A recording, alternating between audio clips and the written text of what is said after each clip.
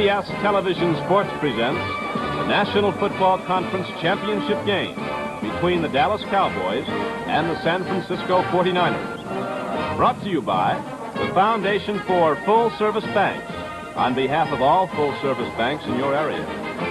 And by Ford and your Ford dealer, who bring you the better idea cars for 1971. And by Allstate Insurance Company. You're in good hands with Allstate. And by Olympia Beer, brewed in Tumwater, Washington, because that's where the water is.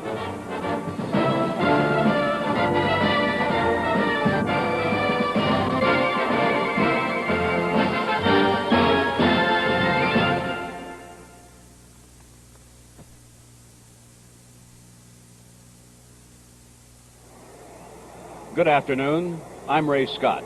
And a very special greeting to those of you who are viewing our game in Alaska, our game that is about to begin. You know, I can't think of a game with more dramatic overtones than this upcoming clash between the Cowboys and the 49ers. What these teams have done on their way to this game today has been beautifully chronicled by Jack Whitaker, and Pat Summerall has talked of some of the personnel. I would like to dwell for a few seconds on what I believe the game will hinge on, namely on mental attitude. The Cowboys, a team that has been so very close to greatness, but that elusive big game has always escaped them. The 49ers, on the other hand, they have known frustration, but of a different kind.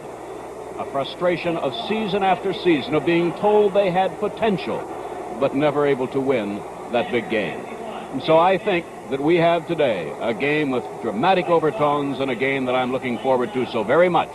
A game I believe will hinge on an elusive thing known as mental attitude. I'm looking forward to it. And we'll be ready for the start of today's championship game in just a moment.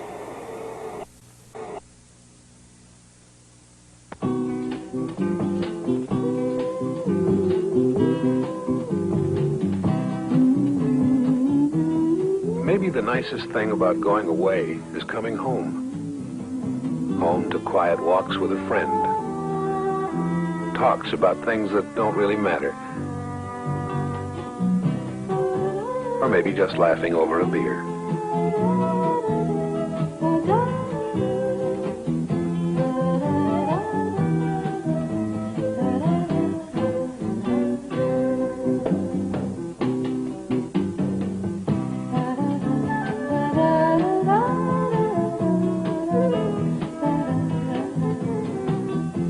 We make Olympia for times like these, and we brew it with the best water we know, the naturally pure artesian brewing water of Tumwater, Washington. It's the water that makes it Olympia. Bringing your wife to the baby doctor. You think about your new responsibilities, like life insurance. How are you going to afford enough? There's sort of a responsibility gap. Allstate can help. If you're 25, for example, $30,000 worth of decreasing term life insurance costs less than $11 a month. Allstate makes it all a lot easier. You're in good hands with Allstate. It is 48 degrees in San Francisco. Yesterday there was a big wind. Today there is practically none.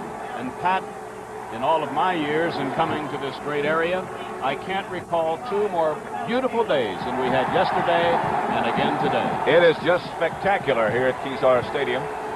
Perfect, I guess, just ideal weather conditions for any kind of football game. And one as big as this one, well, it has to be just a great asset to have a day like this. Field, by the way, is in excellent condition, a fast track. The early rains this week kept off the playing surface, of course, by a tarpaulin, and the ground crew has just done a beautiful job. So we have 48 degrees, practically no wind. And right now, the co-captains are going out onto the field to meet with our officials, Tom Bell, the referee, the umpire, Lou Palazzi, the head linesman, George Murphy. The indication there that the Cowboys won the toss and elected to receive. The line judge is Bill Schleibaum, the back judge, Ralph Vandenberg. The field judge is Tony Scover. We have two alternates here today, George Renix and Gordon McCarter. In other words, just everything has been done to provide a perfect setting for this clash for the National Football Conference Championship.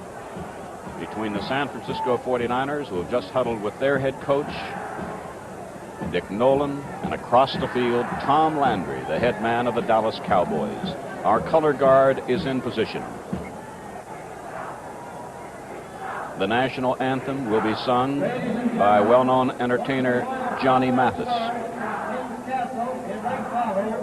And here today as the special guest of the 49ers to sing the national anthem is San Francisco's very own Johnny Mathis. The announcement made that this is Johnny Mathis's home city.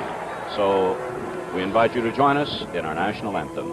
Say, can you see by the dawn's early light what so proudly we hailed at the twilight's last gleaming, whose broad stripes and bright stars through the perilous fight o'er the ramparts we watched were so gallantly streaming, and the rockets' red glare, the bombs bursting in air, gave proof through the night that our flag was still there. Oh, say does that star-spangled banner yet wave o'er the land of the free and the home of the brave.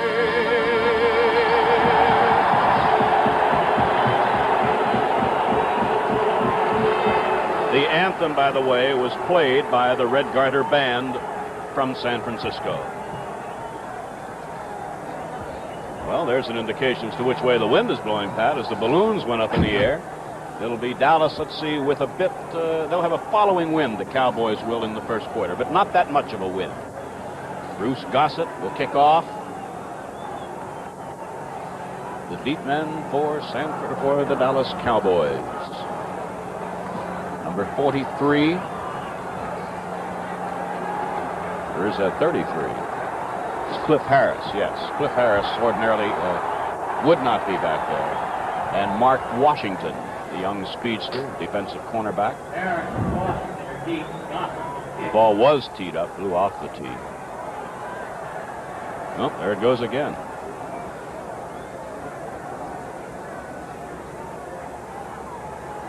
There's Mark Washington.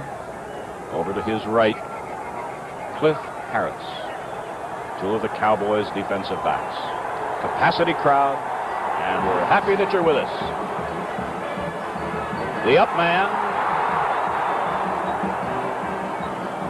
and I think he went off his knee and went out of bounds, was linebacker Steve Kiner. So the Cowboys, with a following wind, will start 1st and 10 from the Dallas 33-yard line. Craig Morton, number 14, will start at quarterback. We expect to see Dwayne Thomas, number 33, and Walt Garrison, number 32, at running backs, and they're there. That's Garrison right behind Morton, and Thomas behind him. This is Thomas, and he's met behind the line by middle linebacker Frank Nunley. The Dallas Cowboy wide receivers will be Rucker, 88, and Hayes, 22. The tight end is Mike Ditka on the upcoming play, number 89. Rucker left, Hayes right. Ditka tight end on the left side on 2nd down, 11. Morton to Ditka, incomplete. Hit very hard by middle linebacker Frank Nunley. It'll be 3rd down, 11. Throughout the afternoon, you will see a lot of Frank Nunley because the 49ers, like the Dallas Cowboys, play a defense which protects their middle linebacker so that the only offensive blocker who can really get a good shot at him is the offensive center, and he sort of has to run him down from behind. But for the most part, Nunley and Leroy Jordan, the Dallas middle linebacker, will be names that you'll be hearing a lot of. Hayes and Rucker both to the left on 3rd down, 11 from the Dallas 32.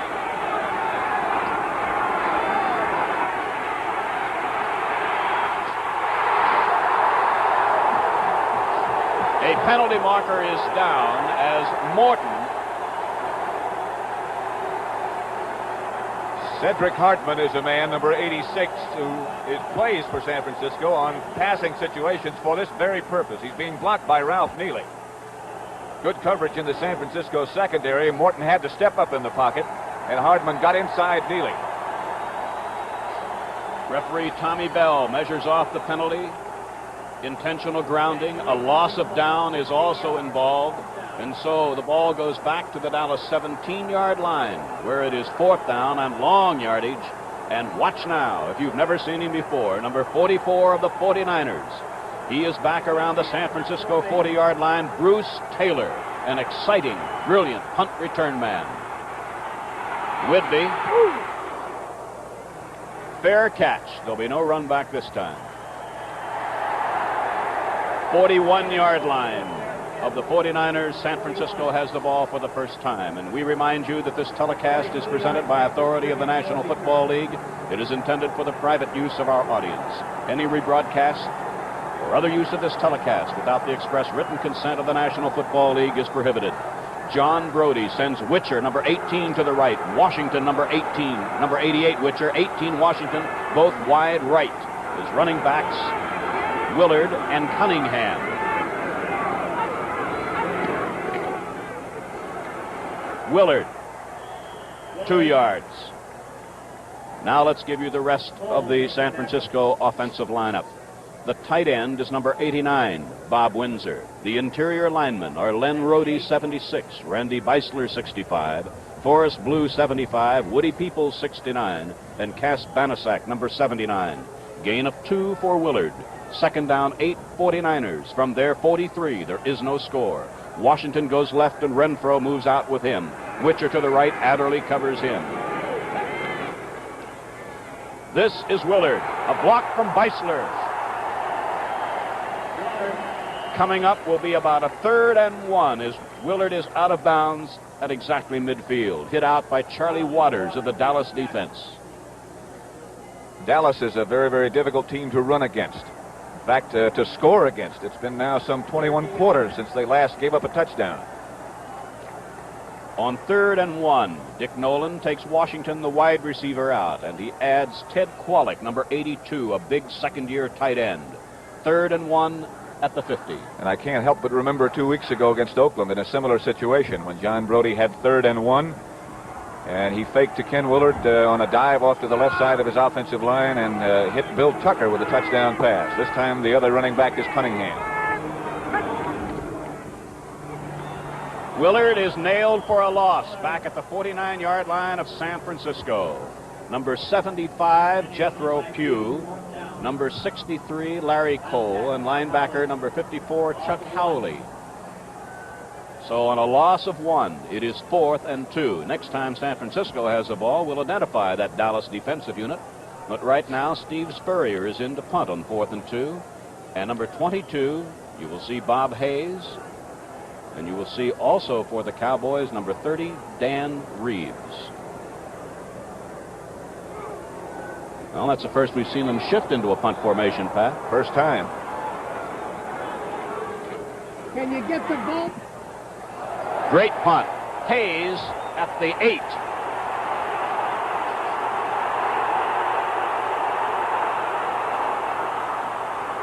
Out of bounds, 16-yard line, Bob Hayes, and that's where Dallas has the ball. With the score, Dallas nothing, San Francisco nothing. Let's pause for a moment.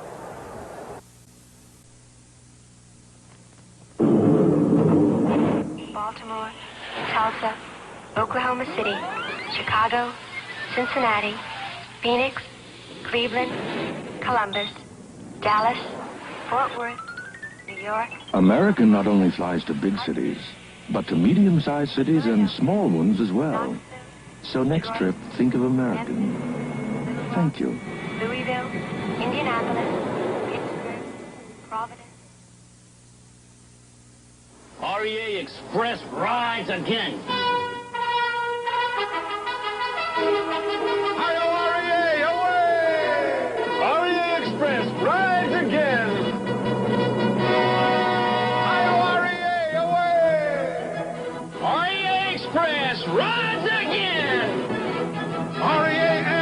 The fastest delivery of small shipments known to mankind. Hi-yo, R-E-A, away!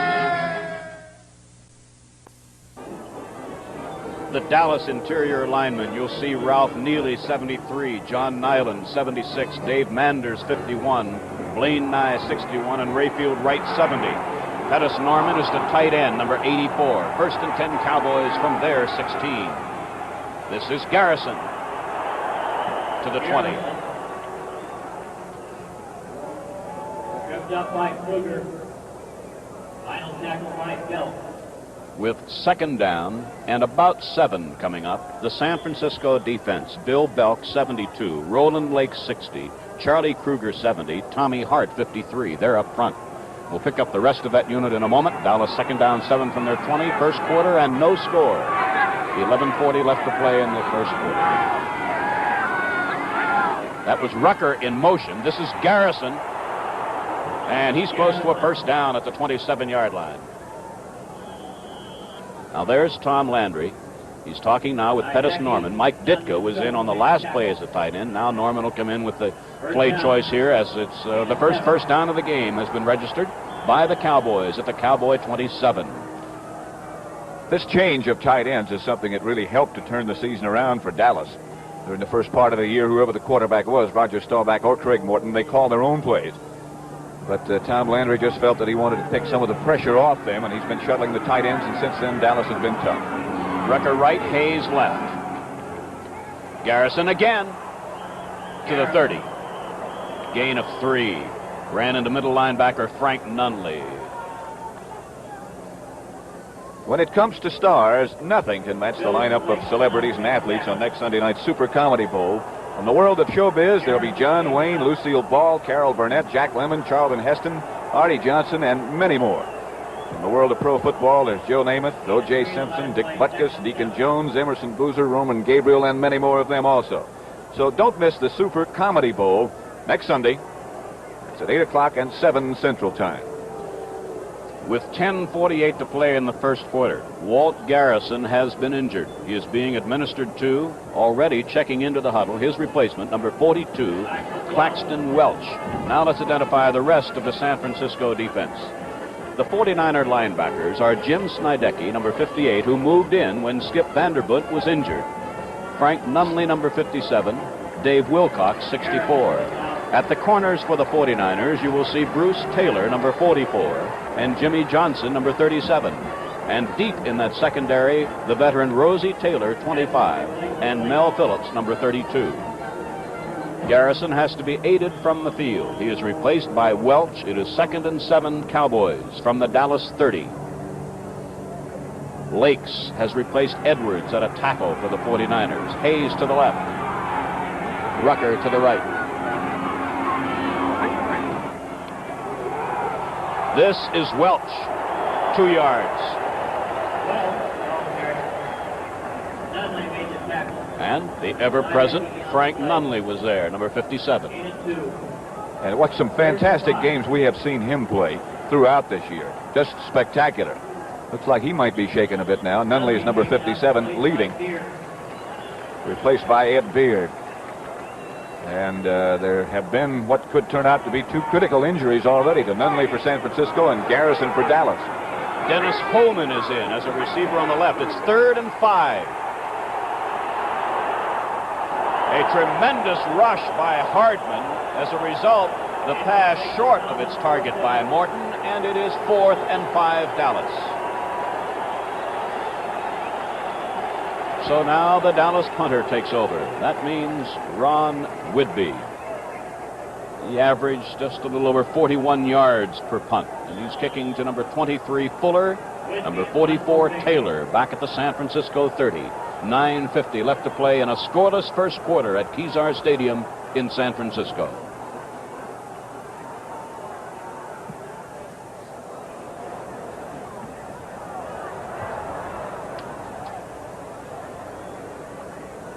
It will be the 49ers ball at the San Francisco 31-yard line. With the score, 49ers nothing and Cowboys nothing. Let's pause for a moment.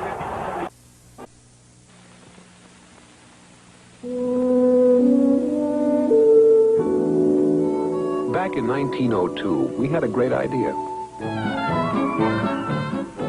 build more breweries. So we did. At Bellingham Bay and Port Townsend in Washington, at Salem, Oregon, and one in San Francisco.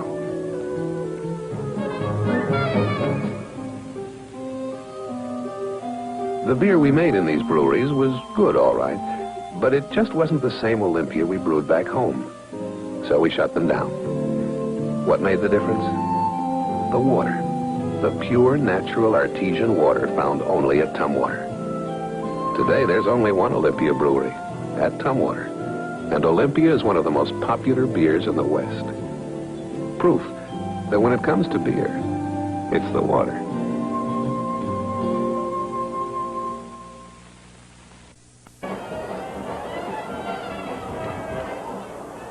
.9:38 left to play in the first quarter. The 49ers have the ball for the second time. They have yet to register a first down. It's at the 31-yard line of the 49ers. Witcher right, Washington left.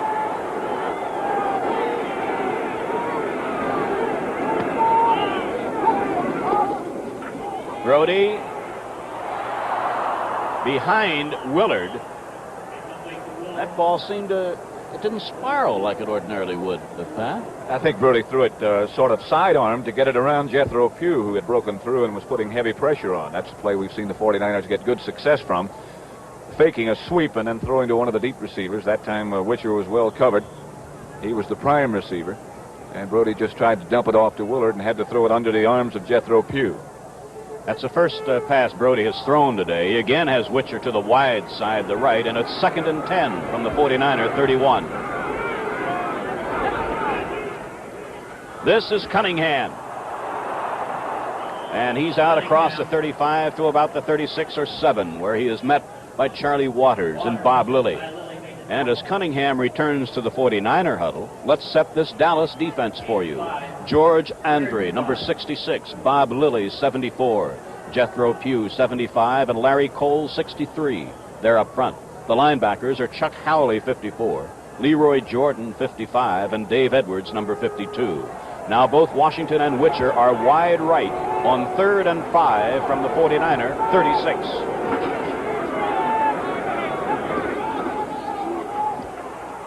This is Willard.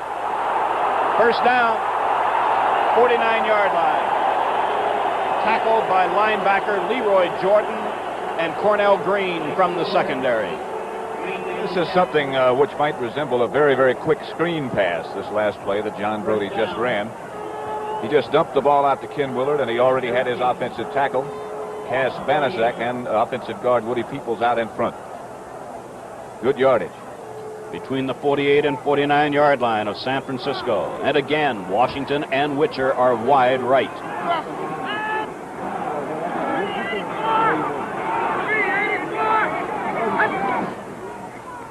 The fake was to Willard. The pass is for Washington. He's at the 9-yard line. First and goal. Here it is again. It's a strong formation. It looks like Brody is working right into the strong part of the Dallas defense. But as we've seen Gene Washington do so many times this year, he doesn't mind double coverage. He doesn't mind a zone. Nothing seems to be able to stifle him. What a tremendous year he had. So Brody now is 2 of 3 for 55 yards. And remember, Dallas has not given up a touchdown in 21 quarters. First and goal from the 9.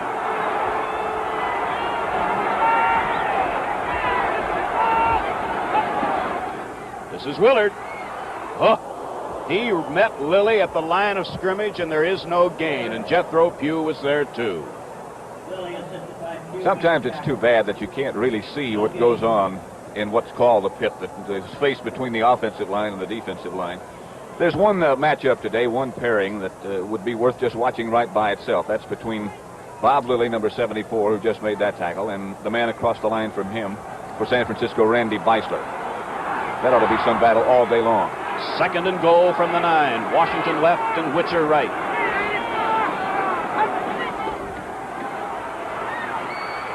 Willard. No.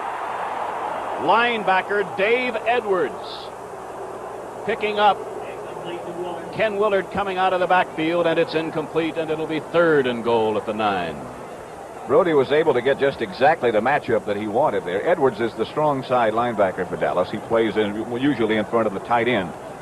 Howley is the weak side linebacker. If one of their linebackers does have to cover a back coming out of the backfield, they'd rather have Howley do it. So in terms of matchups there, Brody accomplished just exactly what he wanted to do. He had his running back Willard being covered by Dave Edwards. You'll see in the Dallas secondary, Mel Renfro 20 and Herb Adderley 26 at the corners, Charlie Waters 41 and Cornell Green number 34 deep. This is a 3rd and goal. Blitz. Cornell Green was blitzing, and the pass intended for Willard is short. And it's 4th and goal, and in comes the place-kicking unit. And the Cowboys defense has still that tremendous record intact. The crowd was a little bit unhappy with Brody, but as you pointed out, Ray, Cornell Green, the safety man, was blitzing, and Brody had really no chance. He did have Willard open, but he was lucky to even get the pass off without losing yardage. That is something, by the way, that Dick Nolan, this 49er coach, was telling me before the game that he felt was one of the real big differences in Brody this year and years past, was that he had the ability to get rid of the ball without taking a loss and at the same time not getting it intercepted. Gossett, 21 field goals, has just hit another one. The 49ers are on the board, and they lead by 3-0. We'll be back with San Francisco's kickoff in just a moment. This is Ford's Maverick, the simple machine. Simple to own, drive, and service. And this is one of the strongest, quietest Fords ever built, the 1971 Ford LTD. But small cars aren't big enough for some people, and others don't need a large car. So Ford has something right in the middle you should know about. Torino. If you like small car prices and the sportier way small cars handle, but you don't want to give up the smoother ride of a big car or room for 6, remember, Ford's got something right in the middle. Torino. And you can take your choice of sedans, wagons, sports roofs, hardtops, even a convertible. When you want some of the things from a small car and some of the things from a big car, you want something right in the middle. Torino. All 14 models are available at your Ford dealers now. Ford gives you better ideas. Mark Washington there on the left is one of the deep receivers, and over to his right is Cliff Harris. There's Harris. Gossett kicking into the wind. 6:31 left in the first quarter. The 49ers have scored first on the field goal. That ball's really hanging. One of the up men, Charlie Waters, brings it out to the 31-yard line. That wind's a lot stronger than we thought it was. Next weekend, Sunday, January the 10th, National Hockey League action returns to the CBS television network every Sunday afternoon throughout the conclusion of the Stanley Cup playoffs. You'll see all the great teams in this fast-paced sport every Sunday through the Stanley Cup playoffs. On January the 10th, it'll be the Philadelphia Flyers against the Montreal Canadiens at 1:30 p.m. Eastern Time.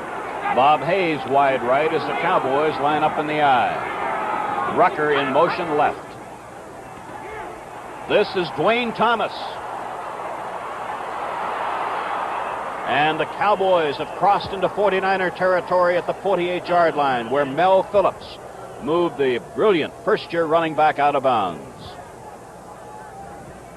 Not a very complicated play, just straight ahead. Neely is out in front with a good block, but watch the strength that this guy possesses as he just pulls through the tacklers. Doesn't look like he's all that fast, but nobody seems to run him down. Strong candidate for Rookie of the Year, Dwayne Thomas. And on the other side of the line is a young man by the name of Bruce Taylor, who will be considered for that honor. First down, Cowboys at the 48-yard line of San Francisco. Here comes Rucker. This is Claxton Welch, who came in when Walt Garrison was injured a little while ago. Good gain on first down. And it'll be second down and 2 as Bruce Taylor made the tackle. Should point out that both Frank Nunley, who was injured a little bit earlier, has returned to the game, and Walt Garrison, who on the play before was hurt when he was hit by Nunley, is up and around on the Dallas sideline. So apparently neither of those two is hurt very seriously. 5 minutes and a few seconds left to play first quarter. Dallas 2nd and 2 at the San Francisco 40.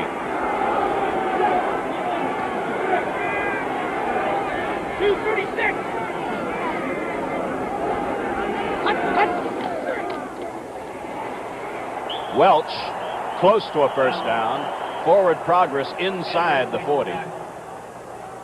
Edwards 74, Phillips 32, Hardman 86. They stopped the play.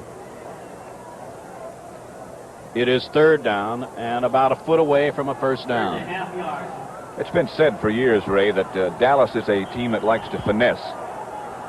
That they're not a strong team in any particular offensive facet of their game. But since they've become such a good running team, Tom Landry says now we're no longer a finesse team. We're now a tough team. That's a big difference in their character over the last few weeks. First down for Claxton Welch at the 36-yard line. Claxton Welch, second year, 5'11", 203 from Oregon.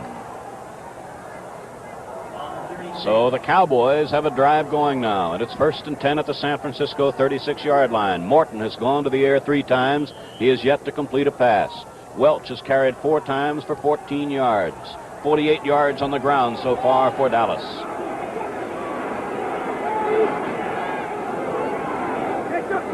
It's Rucker who went in motion. Morton looking deep. In and out of Rucker's hands at the 15-yard line. Morton had to do a little dance to get up in a position to throw that ball, but he'll never throw one any better than that. He had to zip it in the middle in between defenders, and he got that done. Rucker just couldn't hold on. Rucker, by the way, first year from Boston University. I believe it's Boston University. That's correct. He's a very close friend of Bruce Taylor, who's the San Francisco defensive back. So Morton now has passed 4 times, looking for his first completion. 2nd and 10. This is Welch. Penalty marker down at the line of scrimmage. Now we'll watch for a preliminary signal, a holding indication from one of the officials. That's the preliminary signal. There was a gain of 6 yards on the play. So a blow to Dallas. As the 6-yard gain is nullified, the holding occurred along the line, 15 yards from there. Back to the Dallas 49-yard line, and here's referee Tommy Bell with the signal. So Dennis Holman now comes in, number 24, one of the Dallas wide receivers. The Cowboys must reach the San Francisco 26-yard line for a first down. So it is 2nd down, 25. Rucker lines up wide right. Oh, that looks like that's that wishbone the way they lined up. Hayes went in motion. We have another marker down. This is Claxton Welch. And Jimmy Johnson, the cornerback, and Dave Wilcox, the left linebacker, stopped the play. But remember, a penalty marker is already down.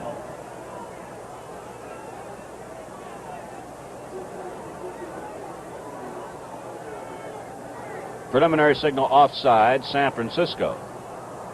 The gain on the play was about 5 yards. So the advantage would be in gaining the down as far as Dallas is concerned. Dallas, you'll notice on every different play, shows some kind of different front. They'll put different guys in motion in opposite directions on one play to the next. They are trying, as Kansas City tries to do so many times, to create some little confusion in the defensive secondary. Some little moment of indecision where somebody in that secondary might make a mistake. Rucker lines up to the right. Jimmy Johnson picks him up. It is 2nd and 20. Hayes in motion. This is Welch. Inside the 35 to the 32-yard line, and it'll be 3rd down and about 6 or 7. Mel Phillips made the tackle, and Rosie Taylor. We should call that play the draw play, which in the beginning of the play looks like a pass. In a situation when the defensive team is anticipating pass, and you figure you're going to get a hard pass rush from the front 4. That's when it works to the greatest degree of success, as it did then for Dallas. The Dallas place kicker, of course, waiting in the wings, Mike Clark. It is 3rd and 7 at the 49er 33.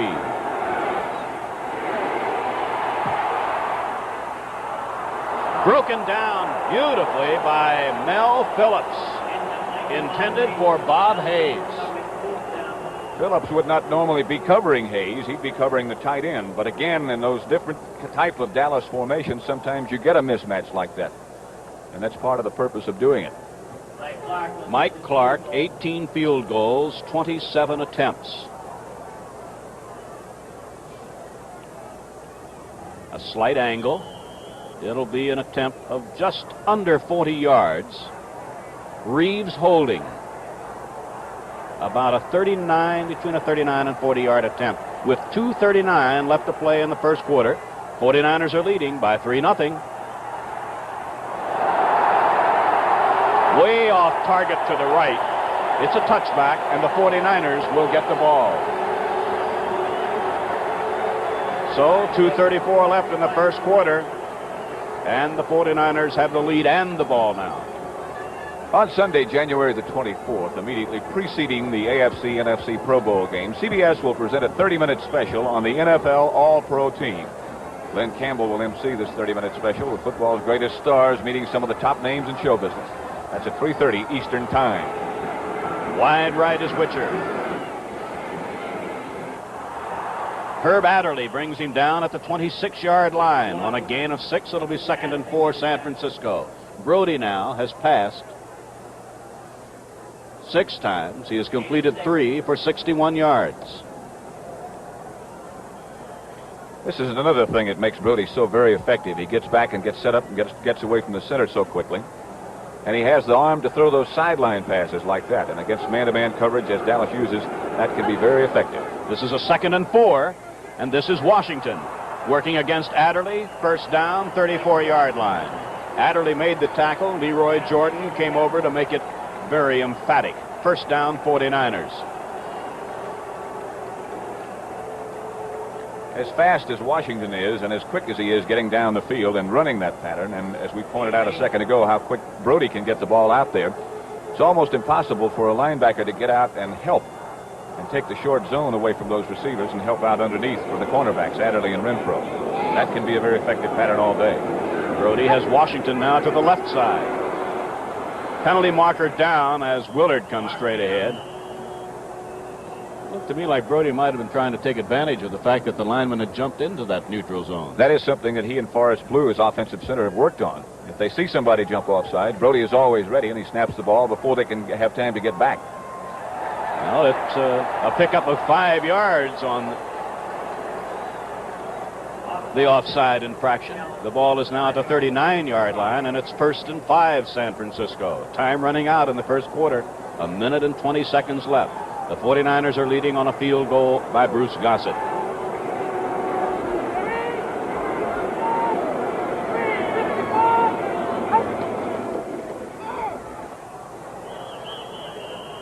Tough yardage for Doug Cunningham. No more than, well, about a yard to the 40, where it'll be 3rd and 4. Dave Edwards made that defensive play for the Cowboys. 2nd and 9. The crowd is responding to the announcement by the public address announcer that it's 2nd and 9. Out to the right comes Witcher. Adderley picks him up. Washington to the left, working against Mel Renfro.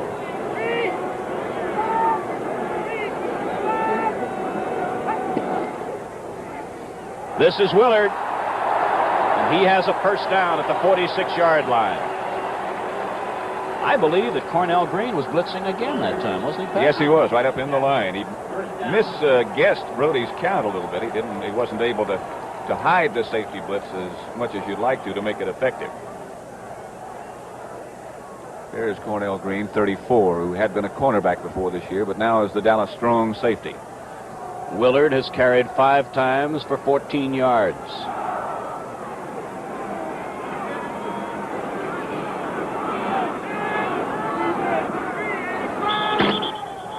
And the gun means we have reached the end of the first quarter with the score. The San Francisco 49ers 3, the Dallas Cowboys nothing. Look, we rent an apartment. Why do we need insurance? Yeah, we have a sofa, a rug, and some chairs, and TV. Of course I've got clothes. And my wife. Does she have clothes?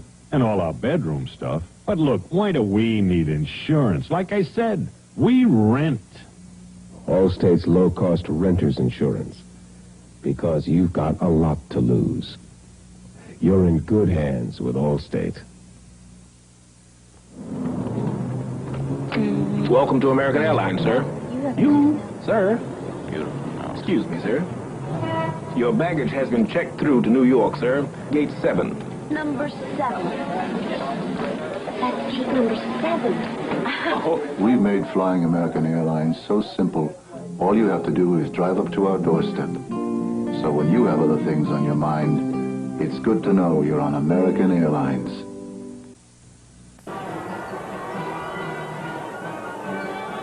With Pat Summerall and Jack Whitaker, this is Ray Scott at San Francisco's Kezar Stadium. In the first quarter, the 49ers had the ball for 15 plays, 89 yards. Cowboys, 14 plays, 61 yards. First down, 10, 49ers at the San Francisco 46-yard line. Washington is out wide to the left side. It's Cunningham and Willard behind Brody.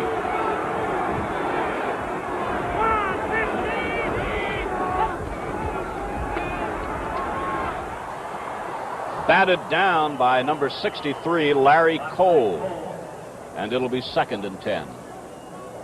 This is something that Tom Landry had talked about during the week. He said he did realize, and so did all of the Dallas players, that John Brody would be very, very tough to rush.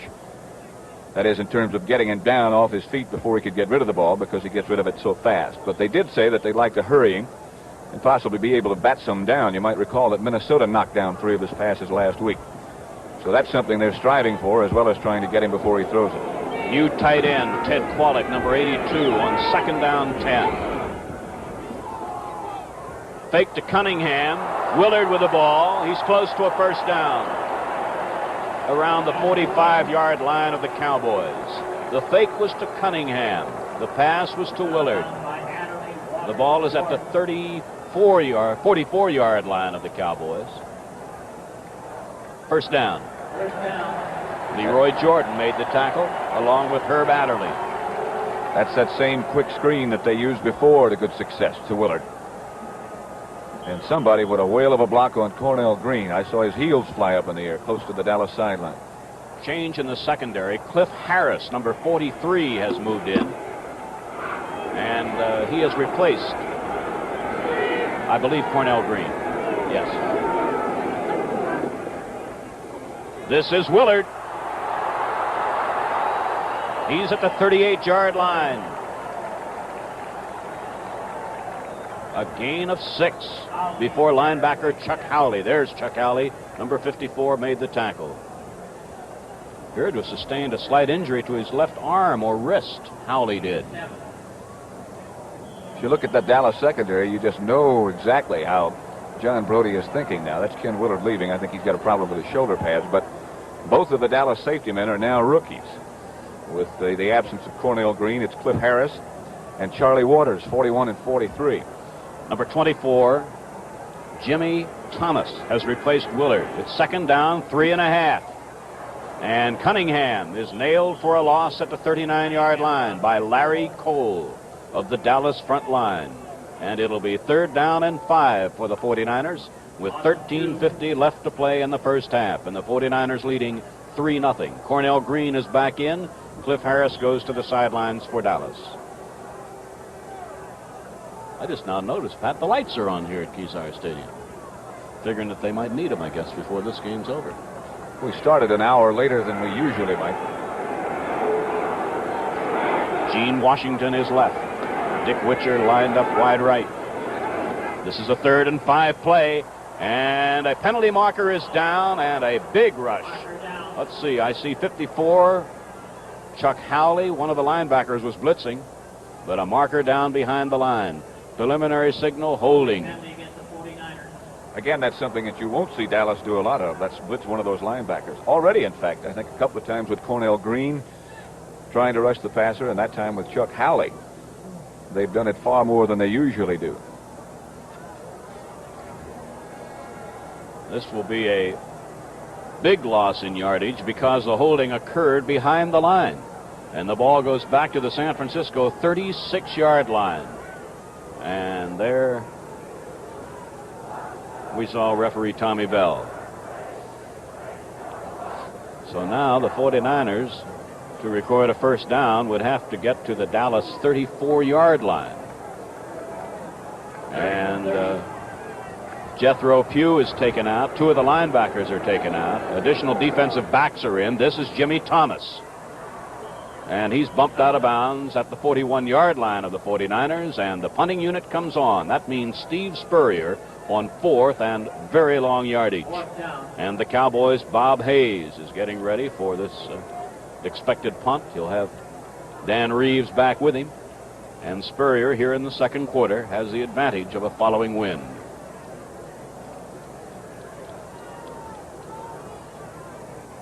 Hayes is inside the 25-yard line. Spurrier kicking from inside the 49er 30.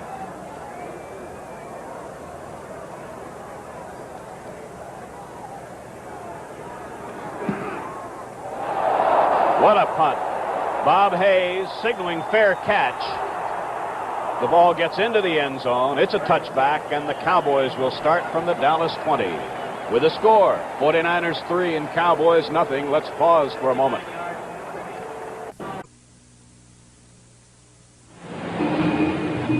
Hey, Eddie. Hey, today's the grand opening, huh? Congratulations. Well, thanks a lot, Bill. Wow, it's a happy day for me. Hey, I used to play one of these. This is really a dream come true for me. And you know who made it possible? My full-service bank. Bill's my banker. I already had a checking and savings account there, so I went to see them about a loan. First thing I knew, they were explaining bookkeeping and insurance, things I hadn't even thought about. Full-service banking really means what it says. And they've got all kinds of ways to help, and they can help everybody, from a housewife to a millionaire, even a fellow with a brand new music store. Bill, I'm glad you're a good banker. See your full-service banker soon for savings accounts, checking accounts, tailor-made loans. There are so many ways a full-service banker can help. This is our symbol. Helping is our business.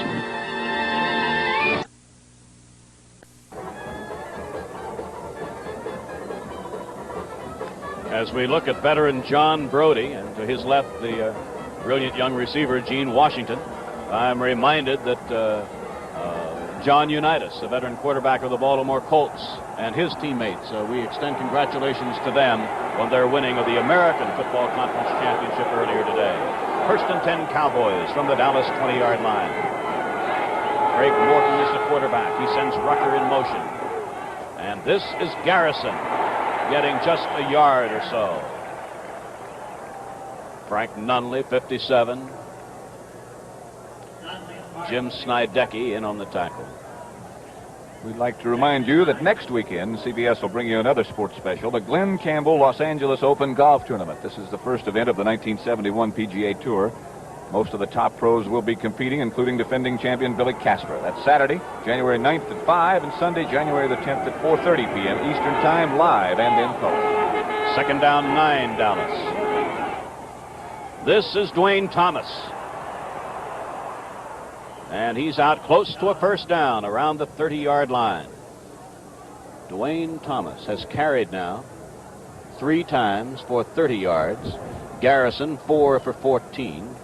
Claxton Welch, 5 for 27. It is a first down for the Cowboys at the Dallas 31-yard line. 12:24 left to play first half. The 49ers are leading 3-0. Rucker lines up wide right, as does Hayes.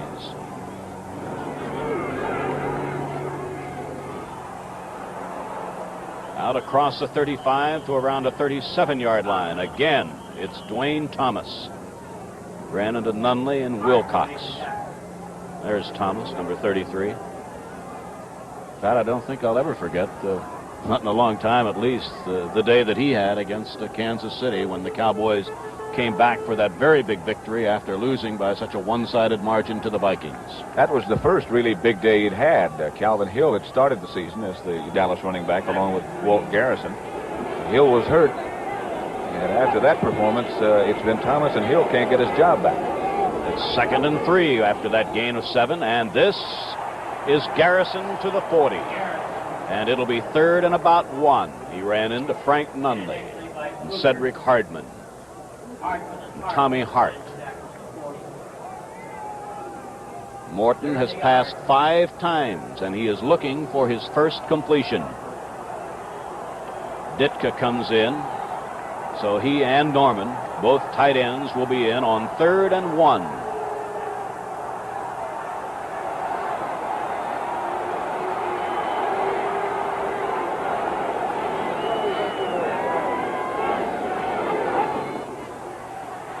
To the outside comes Thomas, and he might have fallen forward enough for a first down at the 42-yard line.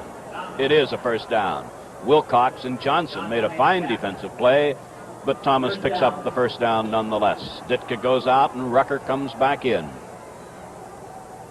This Dallas drive started at the Cowboy 20-yard line, following a punt into the end zone by Steve Spurrier. Morton sends Rucker out to the left, working against Bruce Taylor. Hayes to the right, on the corner where Jimmy Johnson is.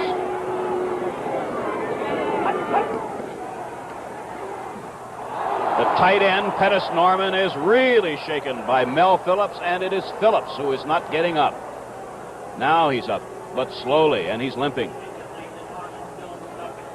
Just a quick pass from Morton to the tight end, Pettis Norman, number 84, and he really got popped by safety man Mel Phillips, who's now leaving the game. He got his hand hurt last week. This now seems like it's something wrong with one of his feet. Dick Nolan was saying before the game that Mel Phillips is the most thoroughly prepared football player that he has ever been associated with. It's 2nd and 10, and Johnny Fuller has replaced Phillips in the secondary. A screen to Dwayne Thomas.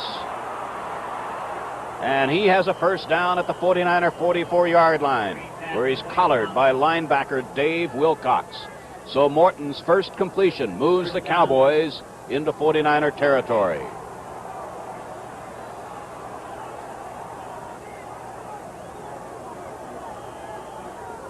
Pettis Norman, number 84 there, just came in with Tom Landry's play selection now on 1st and 10.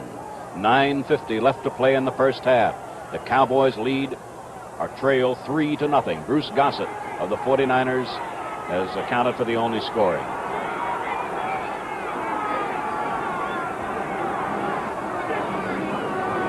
Out of a double wing now. The fake was to Thomas. This is for Hayes. In pursuit was Johnny Fuller, who just came into the game 2 plays ago.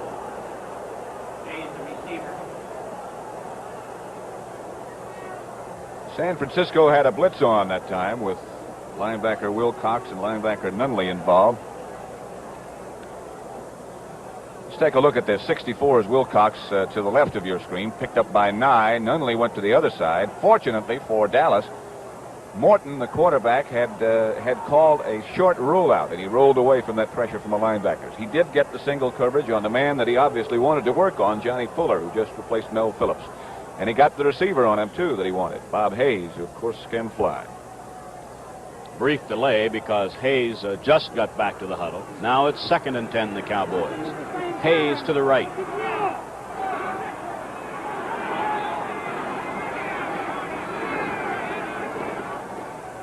Here goes Thomas again. Out of bounds.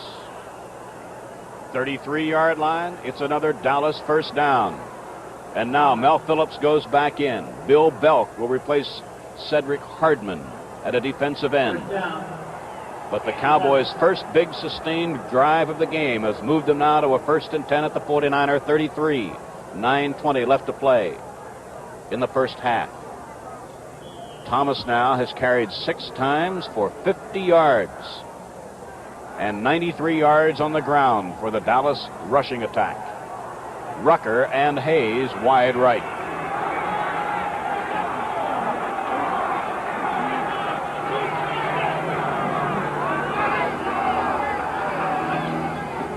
Thomas,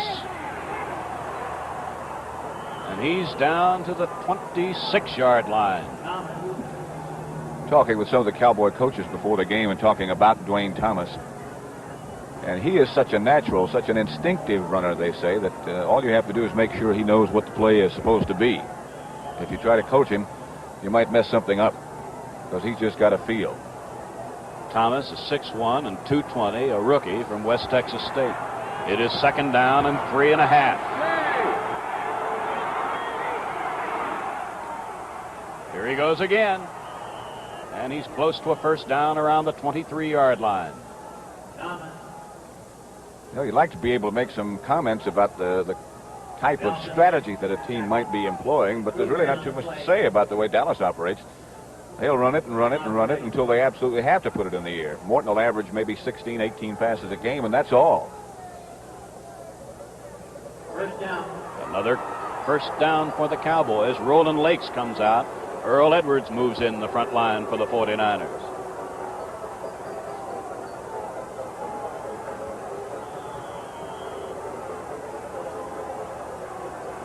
So the front wall now of San Francisco: Belk, Edwards, Kruger, and Hart.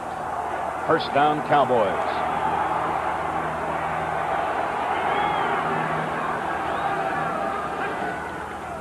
This is Thomas. This time he gets about 2 yards to the 21-yard line. Boy, they seem to be getting a lot of blockers out in front of him on that type of play. They pull both the guards and the tackles to get him out in front, and Thomas is so quick getting behind him, sometimes all you need up front is just a little brush block to slow a defender down long enough, and he'll be out behind the fellows who pull. As I said before, that's something you really can't teach. That's got to be instinct. Dallas started at their 20. It's 2nd and 8 at the 49er 21.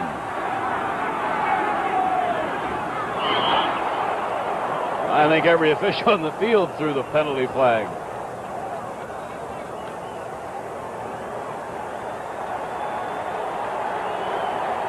Five yards against the Cowboys. Belk leaves now. Hardman comes in. Infraction, illegal procedure. 5 yards. So now it is 2nd and 13. Ball at 25.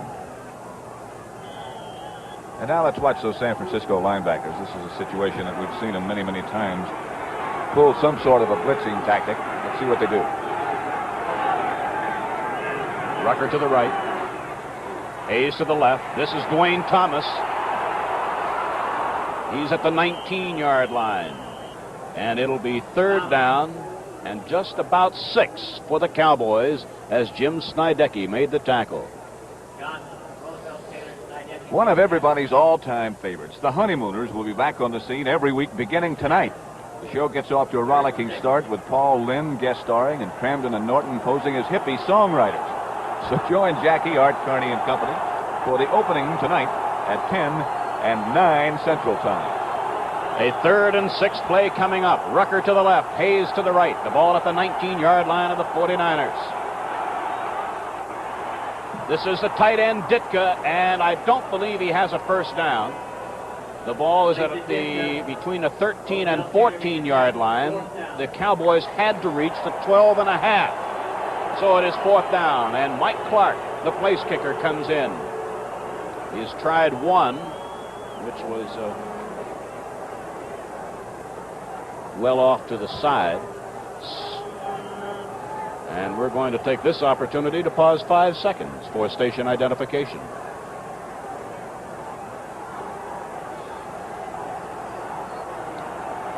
Dan Reeves holding from 21 yards for Clark.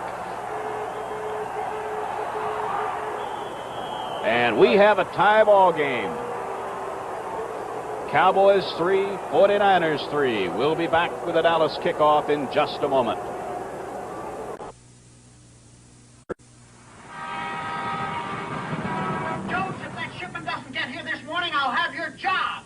I hope they used REA Air Express. I hope. Picked it up yesterday. Gotta hear this morning. Call me anytime. Silver Bullet, who was that man? Hi, REA, away! REA Air Express rides again. REA Air Express, the fastest delivery of small shipments known to mankind. Hi-yo, REA, away!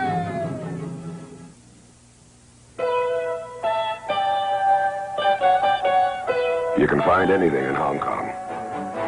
ivory, silk, jade, and an American beer, Schlitz. And out here that says home. You only go around once in life, and you gotta grab for all the gusto you can, even in the beer you drink. Why settle for less? When you're out of Schlitz, you're out of beer.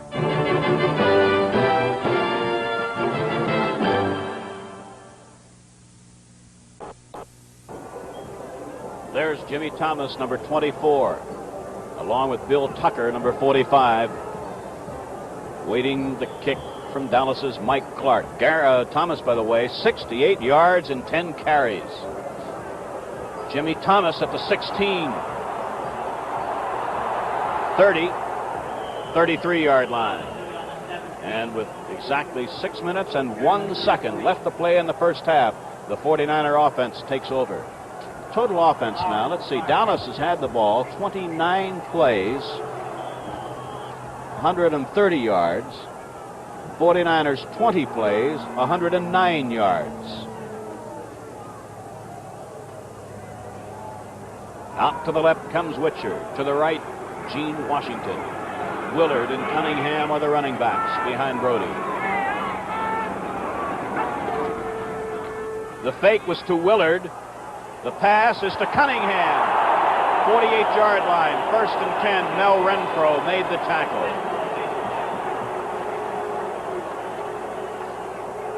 This again is the same play that San Francisco has gotten so much mileage out of it. Let's watch Bob Lilly, number 674, as he fights off two blockers, Peoples and Beisler, and here comes Forrest Blue now to help out. So 3 blockers really took a shot at Lilly that time.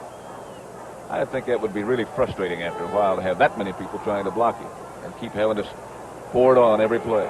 The ball is at the San Francisco 47-yard line, 1st and 10. 5 minutes left to play in the first half now. The fake again was to Willard. The pass is for Witcher.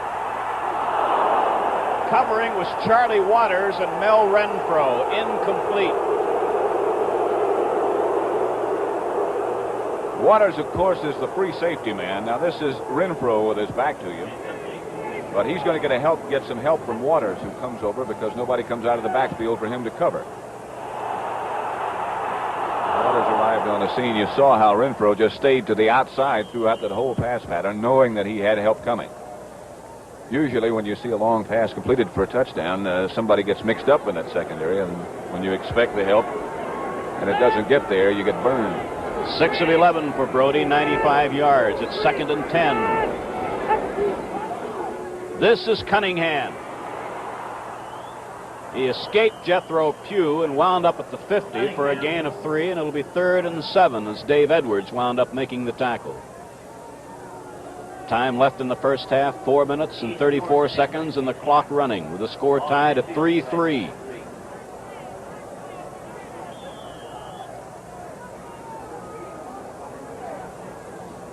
"48 degrees was the game time temperature. Just a perfect day. Witcher right, Washington left.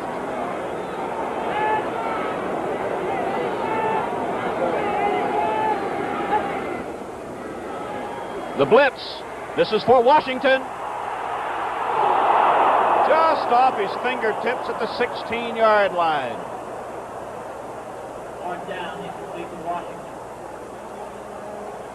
At the bottom of your screen is Gene Washington. The blitz was on, as Ray said, so Renfro now has no help, in contrast to what he did a minute ago. At the top is Witcher running his pattern, but Renfro's got him all by himself now. And that's a whole different ball game. Washington has him for a moment. And Brody had the ball pretty close to being on the money, but he couldn't quite hold on. So now it's 4th and 7, and Steve Spurrier is on the scene. Bob Hayes is inside the Dallas 15. Spurrier has a following wind. Fair catch. Reeves fumble. And the Cowboys, I believe, Bob Hayes. Yep, Bob Hayes got it back. Wow. With a score, the Cowboys 3 and the 49ers 3. Let's pause for a moment. With the world getting noisier and noisier, it's hard to find a nice quiet spot these days. And it's becoming harder. Even out here.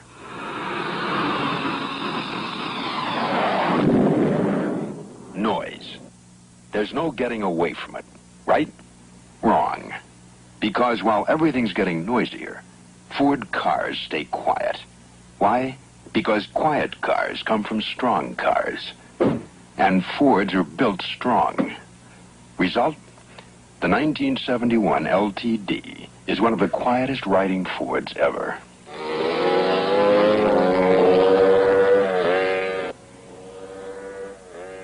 Take a quiet break in the 1971 Ford. Ford gives you better ideas. Bob Hayes recovered that loose ball at the Dallas 15-yard line where it's 1st and 10 Cowboys with 3:53 left in the half. There goes Rucker again. Here's Dwayne Thomas. He ran into Rosie Taylor out around the 25-yard line. And Dwayne Thomas is having another tremendous day. And he just overpowered Rosie Taylor for about an extra 3 yards. Taylor had a good shot at him and made a fine tackle. But Thomas got about 3 extra yards that he normally wouldn't have gotten had not he been so strong. There is Tom Landry. It's a first down as Thomas carried for 11, and he now has picked up 78 yards and 11 carries.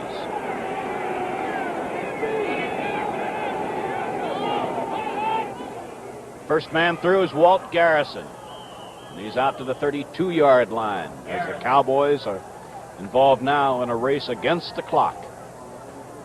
And Pettis Norman sprints into the huddle with instructions from the coaching staff. Gain on that play for Garrison, 6 yards, 2nd down, 4. The clock's running. This now has turned into another element that Dallas hoped to be able to do, and that is control the football to such a degree that they would not give Brody and his explosive 49er attack as many opportunities as they might normally expect to get. Garrison is way out to the right, about 15 yards.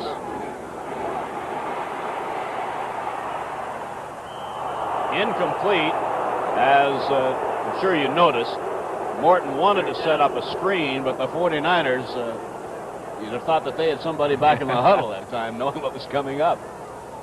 They had as many guys out there as Dallas did trying to set up that screen. It's Morton third threw a dart at him. Pardon me, Pat.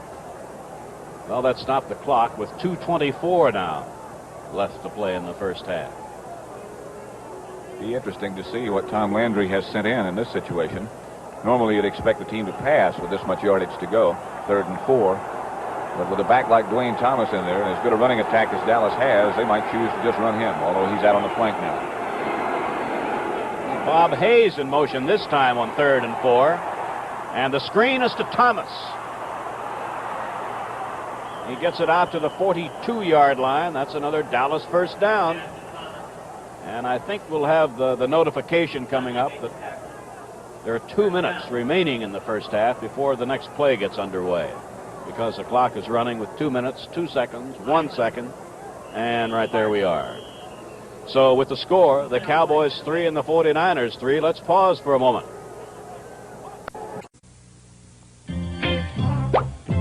No two people are exactly alike.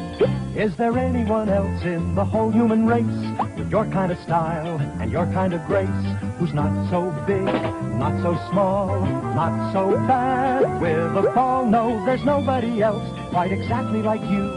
Nobody else like you.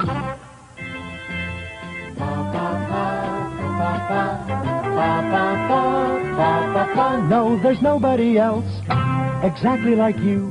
Nobody else like you. That's what we're all about. Persons, not people. We're a life insurance company, the Equitable. And the Equitable agent never forgets that no two people are exactly alike. All his training, all his thinking are shaped around you and your needs. To the Equitable agent, there's nobody else like you. Nobody else like you.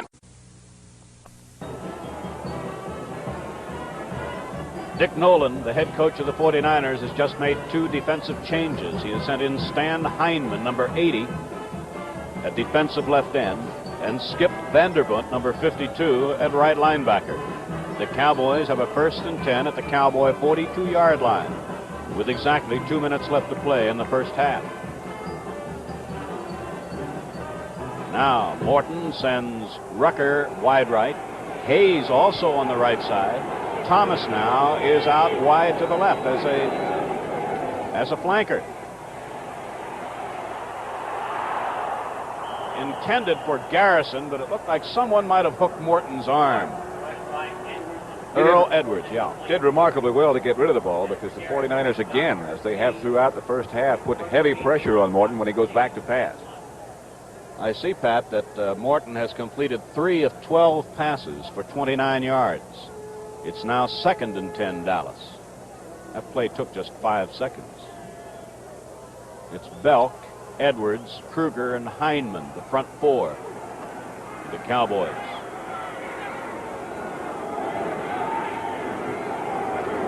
Rucker coming in motion to the right.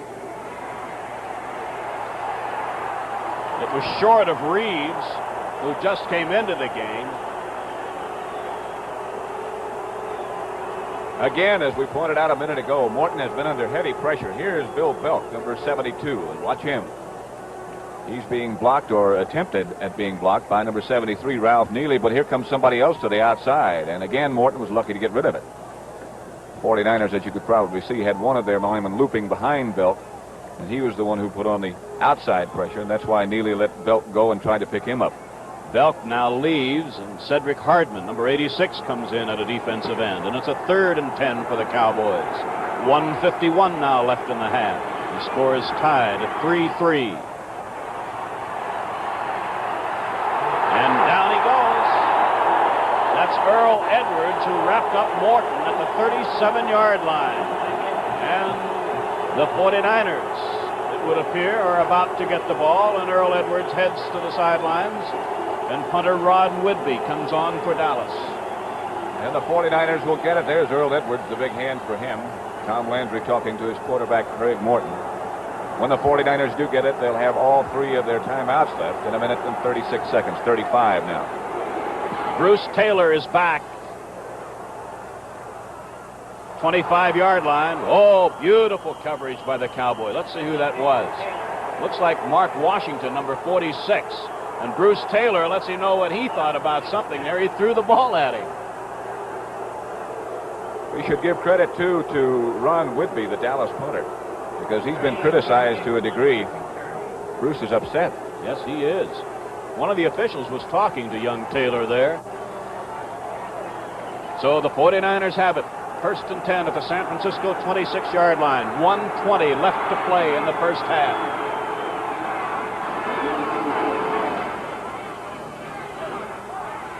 A screen to Cunningham.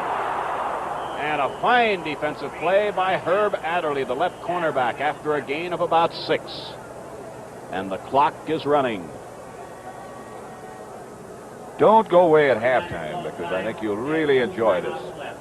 The halftime show will feature O.C. Smith and Tony Bennett, with Pat Henry emceeing the show. And we just know you'll enjoy it. Boy, that's quite a lineup. And the national anthem was sung by Johnny Mathis. 49ers took a timeout, so 2 timeouts left now for San Francisco. There's the Red Garter Band from San Francisco.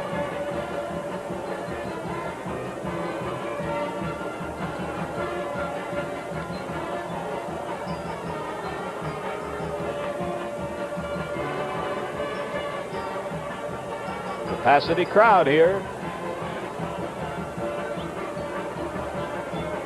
Barring something unusual, we're watching the last professional game to be played in Kezar Stadium. 49ers, of course, will be moving next year to Candlestick Park. And this, I guess, is about as good a way to say goodbye to a stadium as you could possibly have. 25 years the 49ers have been here. 1 minute, 7 seconds left in the first half. 2nd down, 3.5 for the 49ers at the San Francisco 32.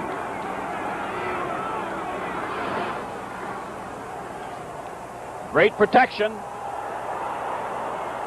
Ted Kwolek, the tight end, had a lot of company back there. Cornell Green was with him. And also Charlie Waters, number 41. So it'll be 3rd and about 4. 1 minute and 1 second.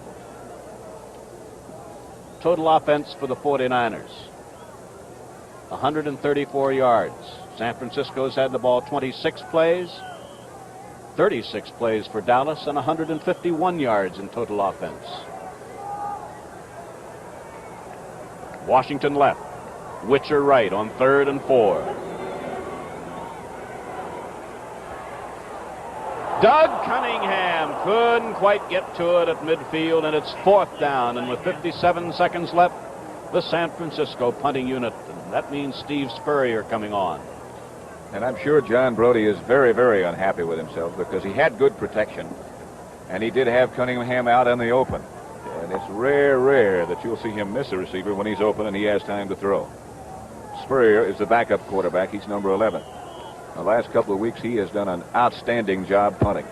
Brody, 7 of 15, 101 yards. We're going to look now from behind Steve Spurrier, number 11. He has a following wind.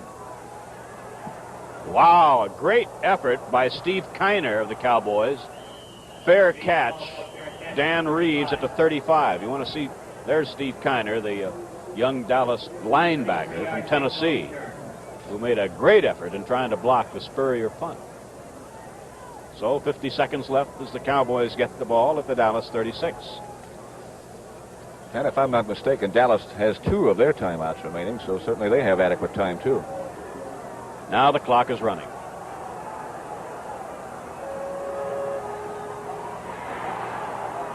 That one bounced into Walt Garrison's hands, and Morton just got rid of the ball. That was Cedric Hardman who really decked him. In spite of the fact that that was a very short pass, and Garrison was just barely downfield, Morton still was under heavy pressure. You know, Ray, I think it must have something to do with what the linemen are really accustomed to doing, because Dallas pass protection now seems to be breaking down, and Morton is not getting much time. That offensive line is geared to a running attack and a ball control game, and I think they're just more used to doing that than they are pass blocking. It's now 2nd down 10. This is Dan Reeves, and Hardman has him. Ran him out of bounds inside the 30. Dan almost wound up in the stands. There he is, number 30. He was way over on the running track in front of the stands. Loss on the play of 7 yards. It's 3rd and 17. Tommy Hart was in for 1 play and is replaced by Stan Hindman, and that's Mike Ditka, number 89, joining the Dallas huddle. 33 seconds now left in the half. The score is tied at 3-3.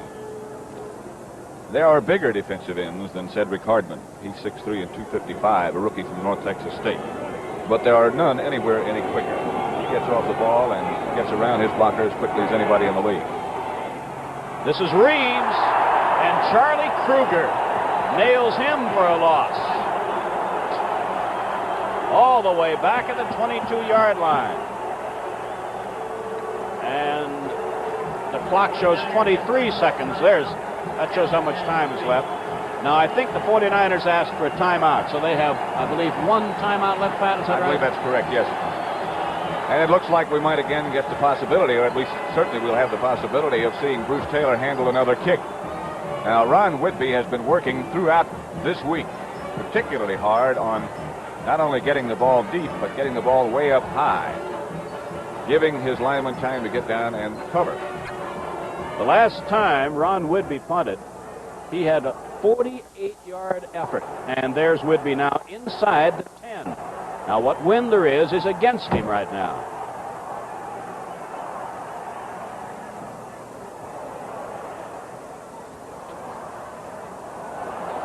And no chance at all for Taylor, as the ball is dead at the 28-yard line with just 11 seconds left in the half.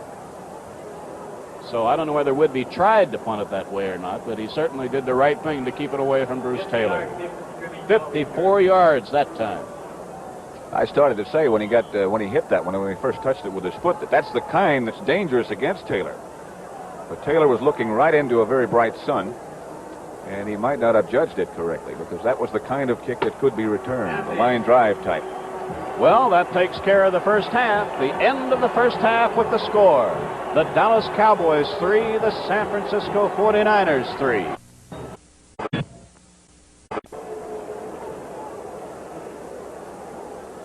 We'll be ready for the start of today's halftime activities after this pause for station identification. Animal World, originally scheduled to premiere this afternoon, will now begin its new series 2 weeks from today on CBS.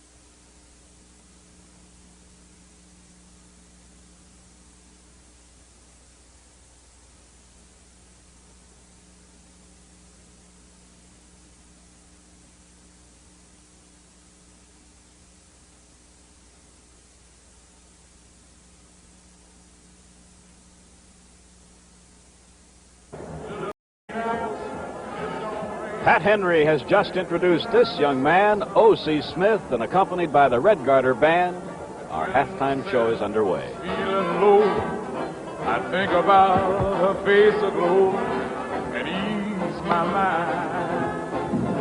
Sometimes I call up at home knowing she's busy, and I ask if she could get away from me and grab a bite to eat. She dropped what she's doing, hurries down to meet me, and I'm always late. She sits waiting patiently, smiles when she first sees me, she's made that way. If that's not loving me, all I gotta say is that God did make little green apples, it don't snow, and Minneapolis when the winter comes. There's no such thing as make-believe, no puppet dolls, no autumn leaves, and no BB guns. God didn't make little green apples, it don't rain in Indianapolis in the summertime. And when myself is feeling low, I think about her face aglow, and I ease my mind.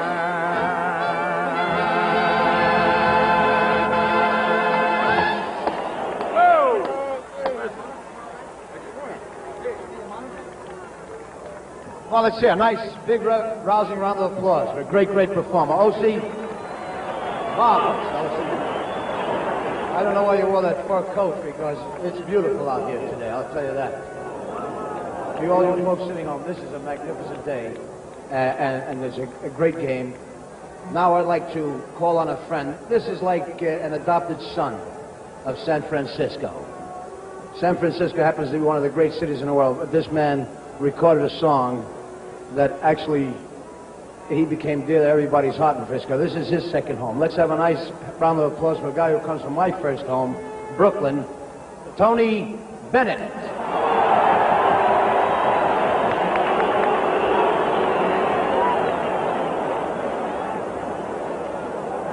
I left my heart in San Francisco, high on a hill. It calls to me to be where little cable cars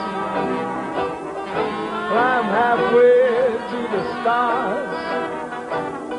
The morning fog may chill the air. I don't care, my love waits there in San Francisco. above the blue. And when you see, when I come home to you, San Francisco, your golden sun will shine for me.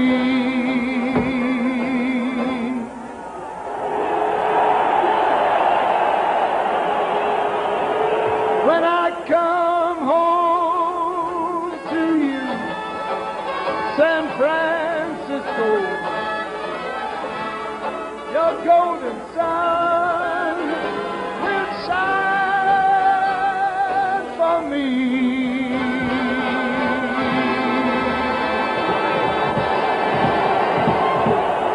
Oh, let's hear it for Tony Bennett. Beautiful. Tony, don't go away. Because, ladies and gentlemen, we'd like to call on the royal family of stars from the King's Castle to come out, and we're all going to do a very appropriate number together. Johnny Mathis, who sang the national anthem so beautifully today. Johnny, will you come out? O.C. and Tony, one more time. We'd like to sing something intimate in this wonderful little room. T?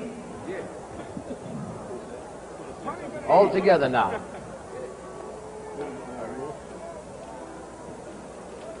I got the scores here. Oh. Here we go. You want to give us a downbeat, Tony? All right, here you go.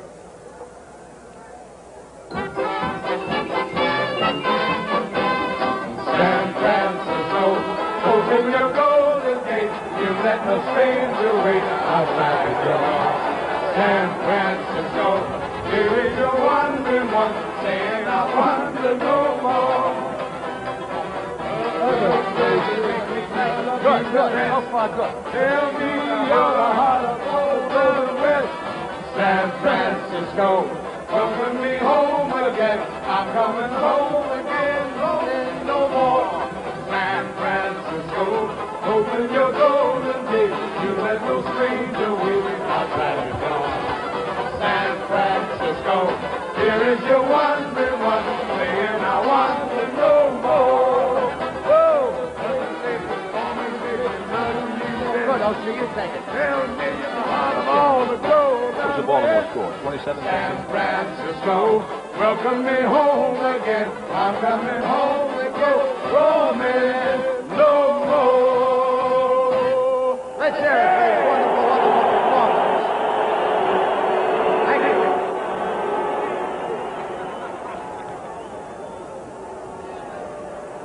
Ladies and gentlemen, let's thank all these great entertainments. Mr. Pat Henry, Mr. O.C. Smith, Mr. Johnny Mathis, and Mr. San Francisco, Tony Bennett.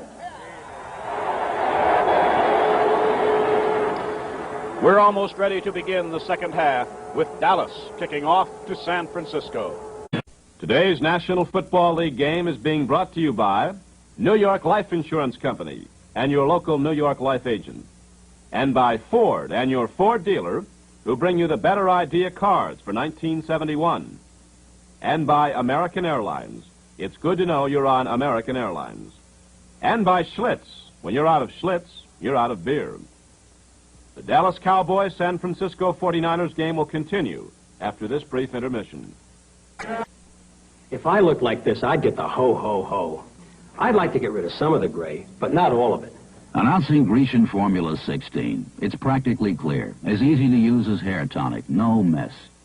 Use it every day until you slowly, gradually get rid of as much gray as you want. Some of it or all of it. Then once a week or so to keep it that way. Grecian Formula 16. You control how much gray you slowly get rid of. Some of it or all of it. You cut yourself like that before the big dive tomorrow, you'll draw sharks. Sharks? Use Edge Protective Shave. I use this. Call that protective? Edge is a gel. This gel lubricates better than that foam. You get a smooth shave? Yeah. And I hardly cut myself anymore. It's that lubrication, I guess. No nicks then, no cuts.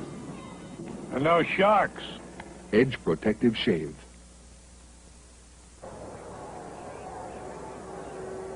Highlights of the first half where San Francisco and Dallas are tied 3-3. John Brody throwing to Gene Washington, who had gotten behind Herb Adderley.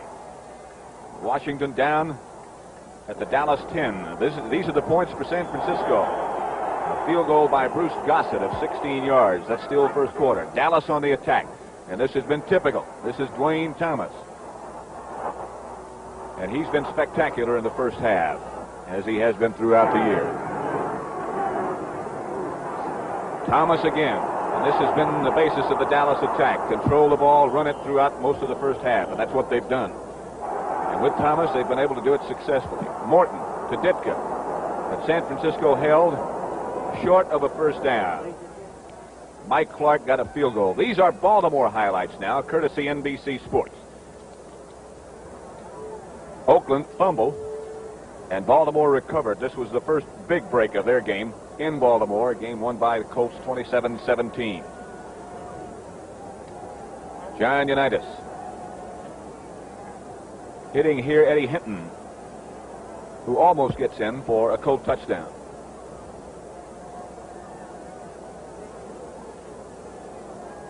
And we'll take another look at that same play, Unitas to Hinton, from the end zone and in slow motion. Unitas just lobbing the ball over the top of the linebacker, Bill Lasky's head. Looked like Hinton might be able to get in. But on the next play, this again is that same play shown from behind the quarterback. Norm Boulash, the fine Colt rookie runner, bangs in. And again from the end zone, the same Colt touchdown. At that point, the score was 10-0 Baltimore. Here is Boulash again. And again it gets in. He's had a great 2 weeks. Same play from the end zone. Boulash again, the rookie from TCU.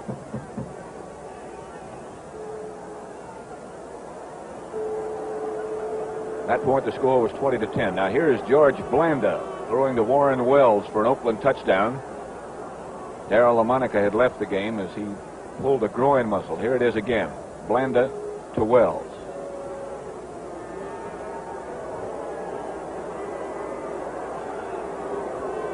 Score of that game, as we said, was 27-17. Let's take a look at our first half statistics, where the score here at Kezar Stadium is 3-3. Dallas has 10 first downs, San Francisco 6. Total yards, the Cowboys have the edge by 10. Rushing yards, a big edge, 119-35. Neither Craig Morton or John Brody have been outstanding throwing in the first half. Brody is 7 of 15, Morton just 3 of 14. Dallas has accomplished, though, one thing that they set out to do, and that is control the football. They've run 13 more plays in the first half than the 49ers have been able to put on. 39-26. Penalties have not been a factor. Dallas penalized 3 times for a total of 35 yards. San Francisco 3 times for 25 yards. Neither team has lost the ball through a fumble. Although Dallas did fumble twice, they managed to recover both of them themselves. So statistically speaking, that's the score. On the scoreboard, it's the 49ers 3 and the Cowboys 3. And both the 49ers and the Dallas Cowboys have returned from their halftime sessions. And I'll return you now to Ray Scott. Well, Pat, you're just going to return to me for a second because I have a question for you, if you don't mind. Not a bit. Okay. In view of the low-scoring first half, the inability of either team to get into the end zone, with the Cowboys, by the way, extending that tremendous streak of now 23 quarters without allowing, 23 consecutive quarters without allowing a touchdown. What do you think the coaches might do to try and get more points on the board? I think possibly the 49ers might have made some changes at halftime. There's Craig Morton. I think they might have changed some few minor portions of their attack to try to put some points on the board. But I don't think Dallas will, because I think they feel that they've been so successful, as Dick Nolan now is huddling with his team before the second half starts. They think they've been so successful with the running attack. I think that's what they'll continue to do. And by the way, shadows are already moving onto the playing field here at Kezar Stadium. The lights were turned on before the game started, but with all due credit, we must say that the lighting here, if it really is needed, is not very good. Dallas will be kicking off. The 49ers will have number 24, Jimmy Thomas, number 45, Bill Tucker, as their deep men. Mike Clark will kick off for the Cowboys. Score is tied at 3-3 as we get ready to start the second half. There's Mike Clark. He has a following wind.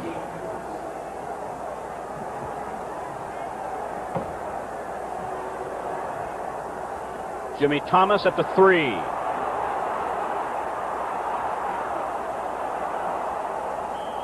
Out across the 25 to the 26-yard line. The kicker, Mike Clark, helped bring him down, along with Cliff Harris, number 43, and Richmond Flowers, number 45. So the 49ers, with John Brody at quarterback, will start from the San Francisco 26-yard line. Now receivers will be anyone who breaks out to the left and looks back toward the quarterback will be looking into the rays of the sun. Witcher right, Washington left, Cunningham, and Willard, the running backs. Willard is met behind the line by number 66, and that's Big George Andre. Result, if anything, a loss of a yard, and it'll be second down and about 11.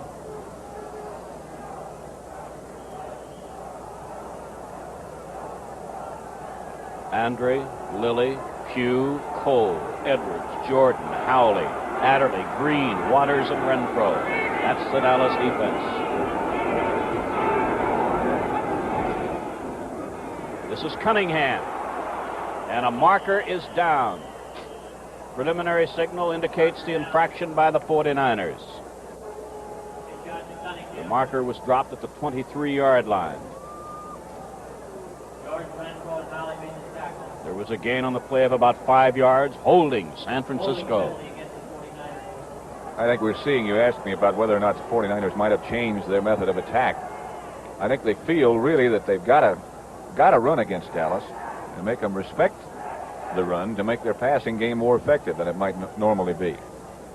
But having to and getting it done is something else again. So back goes the ball on the holding penalty, half the distance to the goal line. The holding occurred at the 24-yard line. It's back at the 12. They, must reach the 36-yard line, so it's second and 24. Witcher is wide right. A lot of defensive changes now. We don't have a chance to give all of them to you on the part of Dallas. This is Willard. And he's nailed after a gain of just a yard. Bob Lilly. George Andre again. And it'll be third down and 23. Among other things that Dallas does in a situation like this when they feel the other team has to pass is go with 3 rush linemen, just 3 men up front. They put in an extra linebacker. D.D. Lewis is in. They also put in an extra defensive back. Mark Washington is the additional defensive back. This is third and 23 now. This is Willard. Out to the 19-yard line. It'll be fourth down, and Steve Spurrier comes in. He'll have to punt into the wind with 13 minutes left to play in the third quarter. And the score tied at 3-3. And a point you brought up a minute ago, Ray. Now, Dallas, their 2 deep men, who are Dan Reeves and Bob Hayes, will be looking directly into that sun that you mentioned a minute ago. It might be a factor as far as San Francisco's receivers were concerned. But now Hayes and Reeves face that same problem. Spurrier inside the 10. Hayes, fair catch, Dallas 43, and that's where the Cowboys take over first and 10. Greg Morton will have Dwayne Thomas, number 33, as the 1 running back. Let's see who the other running back will be. It'll be Walt Garrison, number 32. His wide receivers will be Rucker, 88, and Hayes, 22. They alternate at tight end between Norman, who is in there now, and Mike Ditka.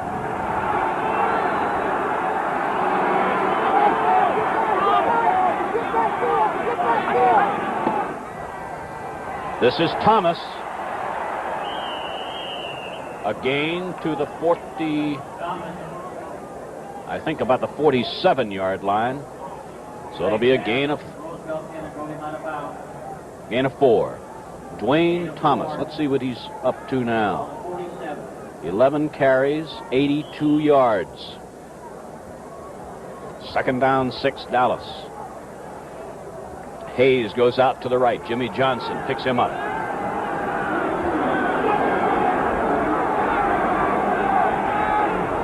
That's Rucker in motion. Bob Hayes. And a perfectly timed block tackle by Rosie Taylor.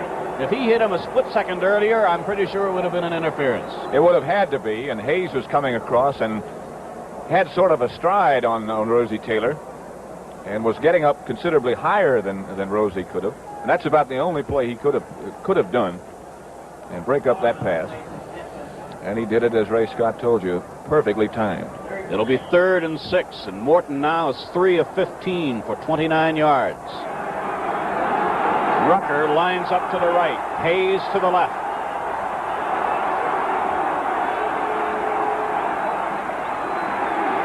The blitz. And Dave Wilcox drops Morton for the loss. Frank Nunley wound up with the ball, but after the whistle had blown. So there's a loss on a play of 6 yards, and it's 4th down. And it also looks like Morton might be shaken a little bit. He is number 14, and he is leaving limping. So now the punter, Ron Whidbey, takes over with 11:55 left in the third quarter. Punting to Bruce Taylor and Johnny Fuller back around the San Francisco 20.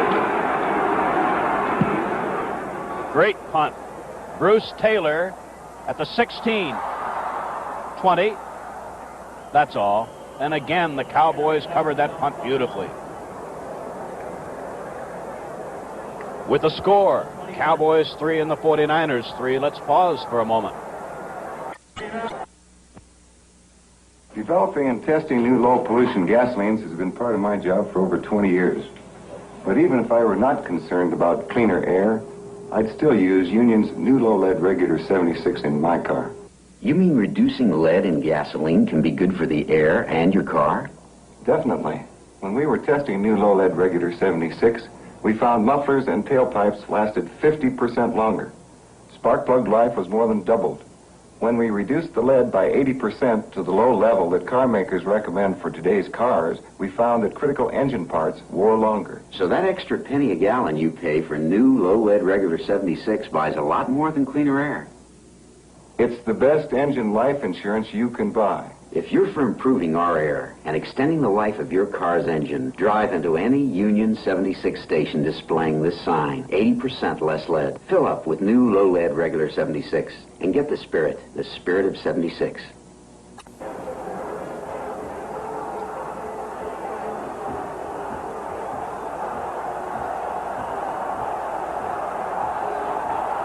$59,625 are here in person. Watch as the 49ers take over at their 21-yard line. A new tight end, Ted Kwolek, number 82, is in. And Brody is reached by the Cowboy defensive unit for the first time today and dropped inside the 15, and it was linebacker Dave Edwards blitzing on first down. And Pat, you were right about Craig Morton leaving the field and being slightly injured, because there's the other Dallas quarterback, Roger Staubach. Loss on that play of 7 yards, 2nd and 17. Washington to the left, Rucker to the right, Cunningham and Muller to the running backs. Intercepted, linebacker Leroy Jordan. The ball was tipped, I believe, as it was thrown, and the Cowboys have a first down on the first interception of the game. Watch Larry Cole, number 63, and give him just as much credit as Jordan, because it's he who puts the rush on John Brody and hurries this throw. Jordan beats Cass Banaszak.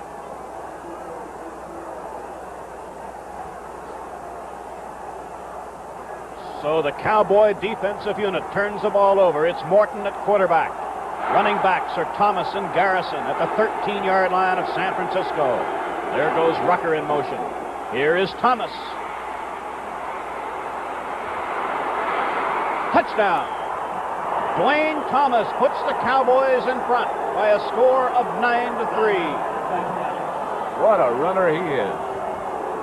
He broke about 5 tackles. Let's look again. Thomas is 33. Garrison is leading, 32. Just see how many times he gets hit. Well, he makes a great cut right there, and somebody got an arm on him. There he breaks one.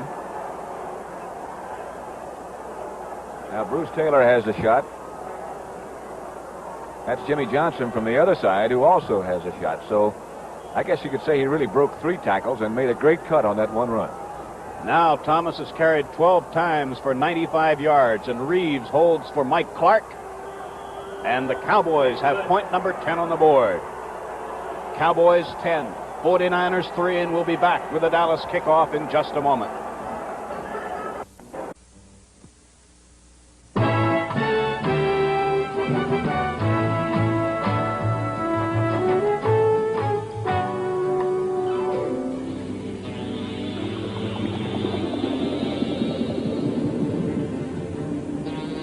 Treasure hunt isn't a kid's game when you're living and your life depend on it.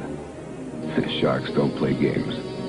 Their ancestors must have had quite a feast 250 years ago when a hurricane sank a fleet of Spanish galleons, along with $14 million in gold doubloons and pieces of 8. If you're lucky, you find some of it. If you're even luckier, you live to tell about it. And man, that's when you know what life really is. You only go around once. You gotta grab for all the gusto you can, even in the beer you drink. Why settle for less? When you're out of Schlitz, you're out of beer.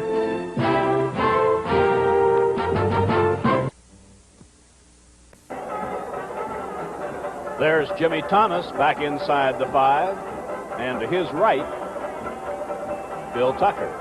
Mike Clark kicks off. Jimmy Thomas. Yep, he's going to run it out.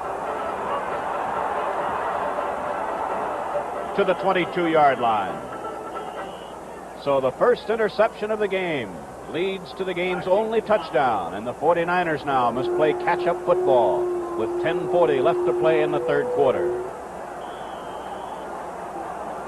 Pollock again will be the tight end, number 82. The wide receivers are Washington going left, Witcher on the right.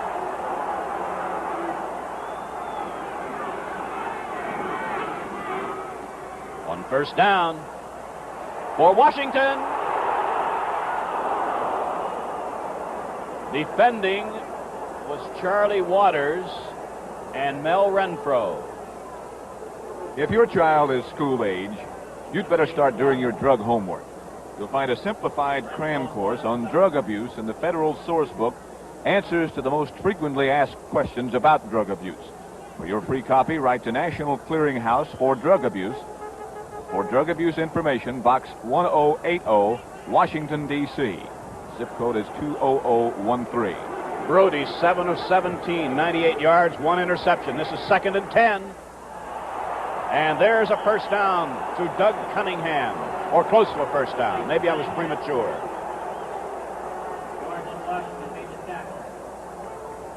It is a first down.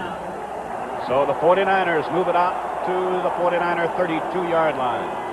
As long as Brody is able to do that, as long as his offensive line can keep those Dallas rushers off of him, and as long as he's able to utilize his backs coming out of the backfield and control of some of those Dallas linebackers, then he can have a very effective passing attack. If he has to keep them in to block, then he might be in trouble. This is Willard. Out across the 35-yard line to the 36. And there it'll be 2nd down and 6.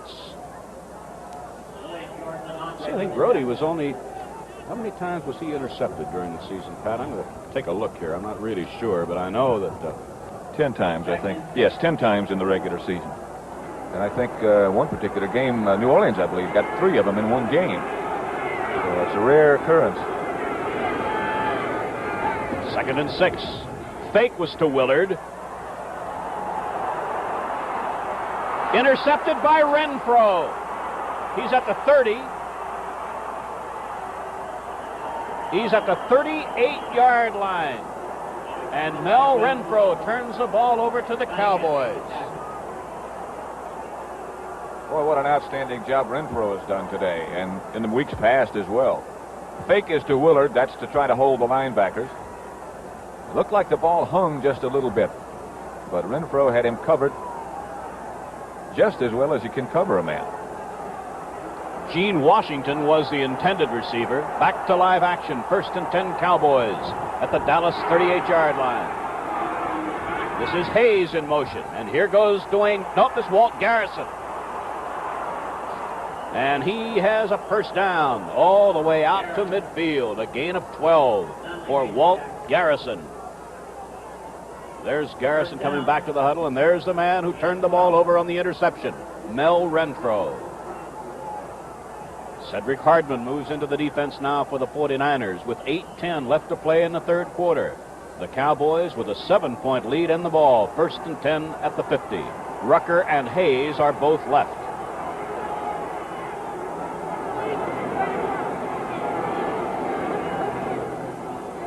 Dwayne Thomas, and only about a yard. Charlie Kruger mainly responsible for stopping that play. It'll be 2nd down and 9. Total offense now on the ground, 149 yards for Dallas. And the Cowboys have had the ball 44 plays for 171 yards. 35 plays for the 49ers, 149 yards. But the big statistic, 2 interceptions by the Cowboys. This is 2nd and 9.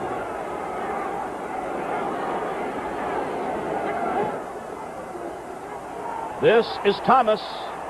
Penalty marker down. Preliminary signal holding against the Cowboys, number 73, Ralph Neely.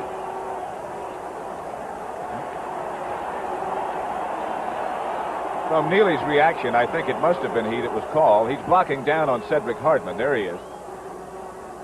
And there's his arm out on Hardman's leg. And that's where the flag was thrown, and from his reaction, that must have been the call made by the official. Tommy Bell gives the signal. The ball is back at the Dallas 37-yard line.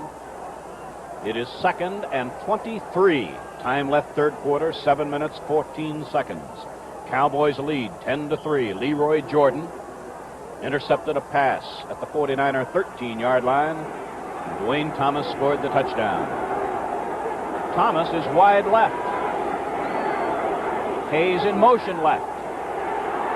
And the blitz is on. This is Garrison. He's at midfield. He's at the 40-yard line, and he might have a Dallas first down. On 2nd and 23. As Morton eluded the blitz and got the ball to Garrison. And Skip Vanderbunt made the tackle. It's a screen pass. Garrison is sitting back in the backfield. He just lets the on-rushers sift through and get by him a little bit. A blitz was coming from San Francisco, and about the best call you can make against a blitz is a screen pass. And don't forget that it's Tom Landry, the Dallas coach, that's calling these plays too. And that, by the way, is a first down. And it's at the 49er 40-yard line. 6 minutes and 30 seconds left in the third period.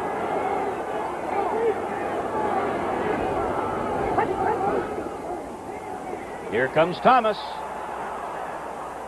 He's picked up about 6 yards on first down before Bruce Taylor and Earl Edwards made the tackle. On Saturday, January the 23rd, CBS will bring you the American Basketball Association's 4th annual All-Star Game. The top players from the Western Conference will meet the stars of the Eastern Conference in this game. That's at 2 p.m. Eastern Time, and it's on January the 23rd. The Cowboys' Dwayne Thomas has now gained 102 yards in 14 carries. Rucker and Hayes are wide right on 2nd down 5.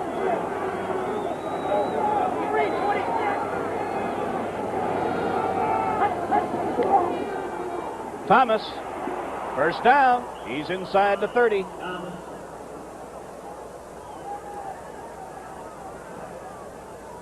There's the signal from referee Tommy Bell. It's a first down. And here comes Pettis Norman now with Tom Landry's next choice. Jim Snydecki comes out, linebacker. Skip Vanderbunt replaces him. You know, one other effect of having a man like Thomas in your backfield, as much as the Cowboys are able to spring him into the San Francisco secondary, you take Bruce Taylor, for example, who was involved in that last tackle. Thomas outweighs him about 45 pounds. And it takes away a lot of your effectiveness, not only against the run, but against the pass as well. Hayes in motion. An attempted screen pass. I think Walt Garrison was the intended receiver. Yeah, but it's incomplete. Morton now 4 of 17 for 52 yards. The Cowboys are leading 10-3. 4:44 left to play, third quarter.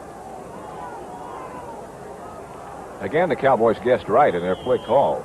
They had called a screen pass against the San Francisco blitz. At that particular time, San Francisco had anticipated that they might be calling that, and they dropped somebody back to pick up the receiver. It was Walt Garrison. Now, Hayes and Rucker are both to the right, the wide side of the field. Thomas is a wingback left. This is for Hayes. Penalty marker. Mel Phillips defending. Not too much question about this. Let's look at it again. Hayes is 22, of course. And watch Phillips hit him with his body before the ball gets there. Result, it is 1st and goal to go at the 5.5-yard line. And the Cowboys, with a 7-point lead, are in tremendous position right now.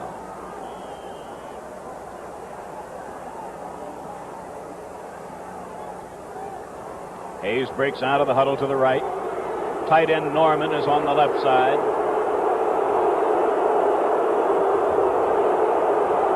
And they're not going to snap the ball yet. As I'm sure you've guessed, the Cowboys felt, and the officials agreed, they couldn't hear the count. And that's something that's very vital to an attack like Dallas, when they have so many people in motion and have so many different flankers and so many different individuals set out wide away from the quarterback. It's almost an absolute necessity that you've got to be able to hear that snap count. Now, Mike Ditka came in, and there are 2 tight ends in the game. Now Hayes is going out. Ruckers replaced him. 1st and goal, 5.5 yards away from the 49er goal line.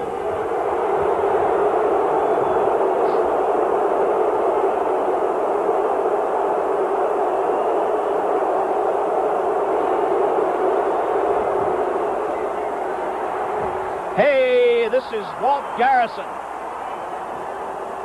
Walt Garrison for the Dallas touchdown. And the Cowboys are on top by 13. And a great fake by Morton to Dwayne Thomas is what sets this up. Watch Morton. The fake to Thomas. And Garrison, who was the other setback, is all by his lonesome. So it's the Cowboys leading 16-3. Mike Clark will try for point number 17. And that touchdown came with 4:35 left to play in the third quarter.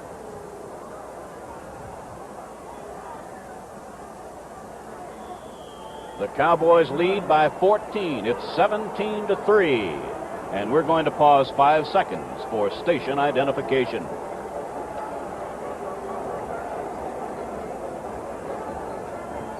(17-3) Cowboys. Will be back with the Dallas kickoff in just a moment.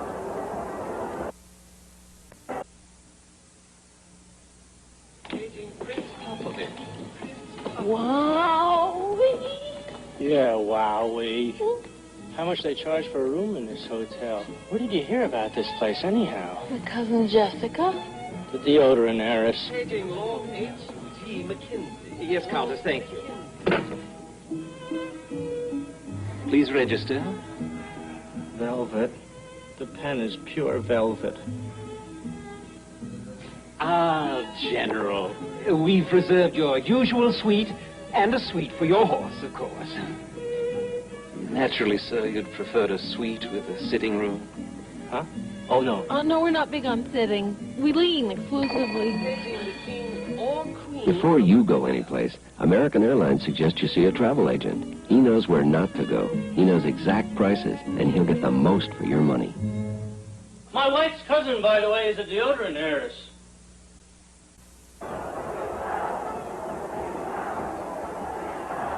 Jimmy Thomas again is back, along with Bill Tucker. for Mike Clark's kick.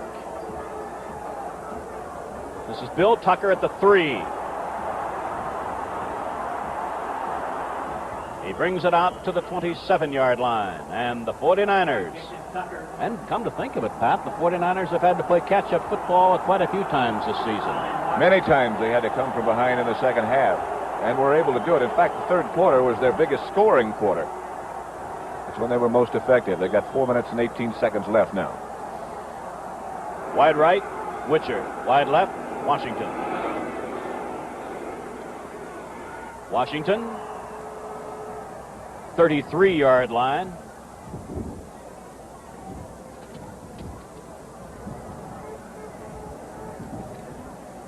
I thought he had it. Well, I did too. But I guess not. 2nd and 10. I thought for sure he had caught it. But it is 2nd and 10. And now the Cowboys put in the additional defensive back, Mark Washington. 2nd and 10, San Francisco. This is Cunningham. And he's out to the 33-yard line, a gain of 5. It'll be 3rd and 5, San Francisco. And there is Walt Garrison, who caught that touchdown pass from quarterback Craig Morton. The second touchdown that the Cowboys have scored as they lead 17-3. Coming up, 3rd and 5.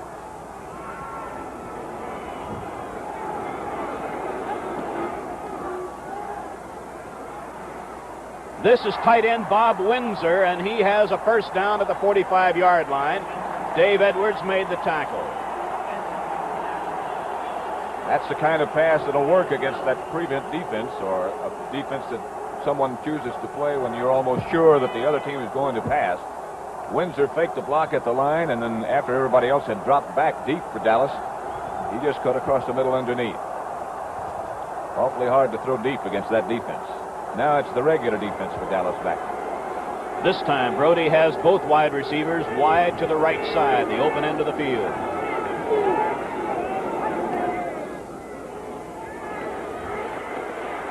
This is Willard, and he looked into that sun and he lost the ball. He was all alone, no one within 15 yards of him. And remember, we told you, as the sun is very low on the horizon. Let's take a look at it. Well, you can see the shadows on the field right there. Willard comes out of the backfield, and he is all alone, but he's looking right back into the sun, and I don't think there's any question about the fact that he lost it. I was just noticing secondary men for Dallas shading their eyes before that play started. Shadows now over about 3/4 of the field. It is a 2nd and 10 now from the San Francisco 45.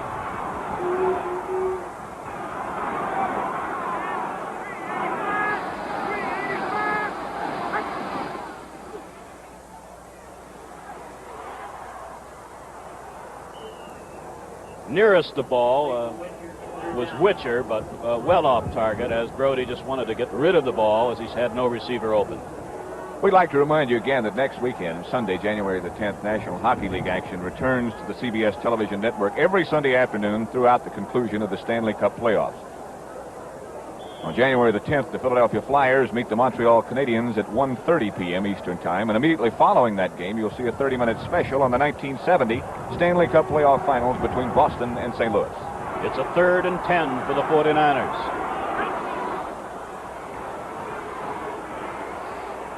All alone is Windsor. And he has a first down at the 26-yard line. Tight end Bob Windsor worked his way clear. Look at that one again now. From the end zone, yes. From Brody's back. Good protection this time. Windsor got inside the linebacker and behind the other two Dallas linebackers, and got good yardage. The 49ers are getting close. So now the 49ers are at the 26-yard line of Dallas with 2:28 left to play in the third quarter. Remember, 23 quarters now. The Cowboys have not allowed a touchdown.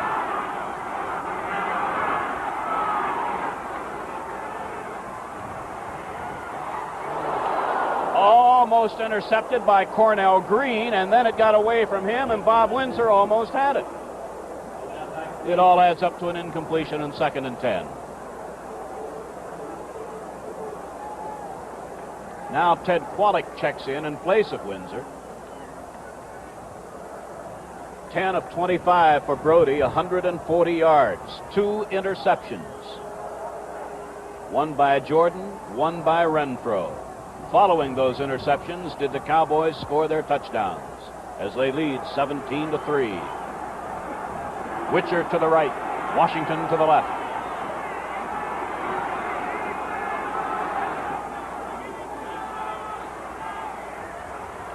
This is Windsor, touchdown. I said Windsor, I meant Witcher. Witcher for the touchdown. From behind quarterback John Brody again. Let's have another look. As Witcher gets open behind Adderley, I believe it is. Behind Cornell Green and got away from Adderley. So with 2:18 to play in the third quarter, Brody will hold for Gossett. And that string of consecutive quarters stops at 23 plus without allowing a touchdown by the Cowboys. Now the score is the Cowboys 17, the 49ers 10. Let's pause for station identification. Repeating. Old friends Don Knotts and George Goober Lindsay will help launch the new Andy Griffith Show this Friday night on CBS.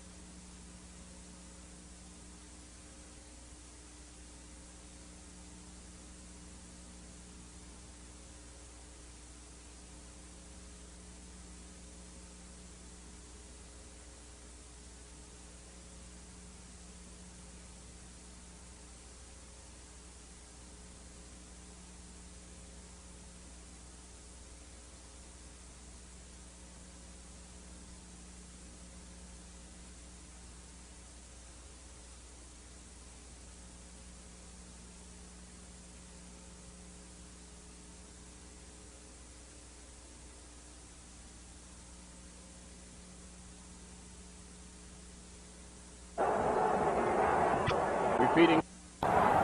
Number 46 is the Cowboys' Mark Washington. With him is Cliff Harris. Gossett kicking into a bit of a wind with 2:18 left to play. Tremendous kick. 3-yard line, Washington. To the 23-yard line, he ran into Preston Riley. So now the Cowboys, who have been able to control the ball today to a much greater extent than have the 49ers, will start 1st and 10 from the Dallas 23-yard line. And limping off the field is the 49ers' Tommy Hart. He's replaced by Stan Heineman, number 80 at defensive left end. There's Hart. Wide right, Rucker. Wing back left is Thomas. Hayes in motion. This is Garrison. To the 25. Making that defensive play was Roland Lakes, Skip Vanderbunt, Frank Nunley. Not too much doubt. Excuse me, Ray. Just to say 2-yard gain. Not too much doubt about what Dallas's strategy will be from here on in. Morton really doesn't like to throw the ball anyway. The Cowboys on the ground have gained 163 yards, and Thomas has 108 of those yards. 2nd and 8. This is Garrison. And he's out to the 31, where it'll be 3rd and 2. 1:45 left to play third quarter. Earlier today, the Baltimore Colts defeated the Oakland Raiders to win the American Football Conference title.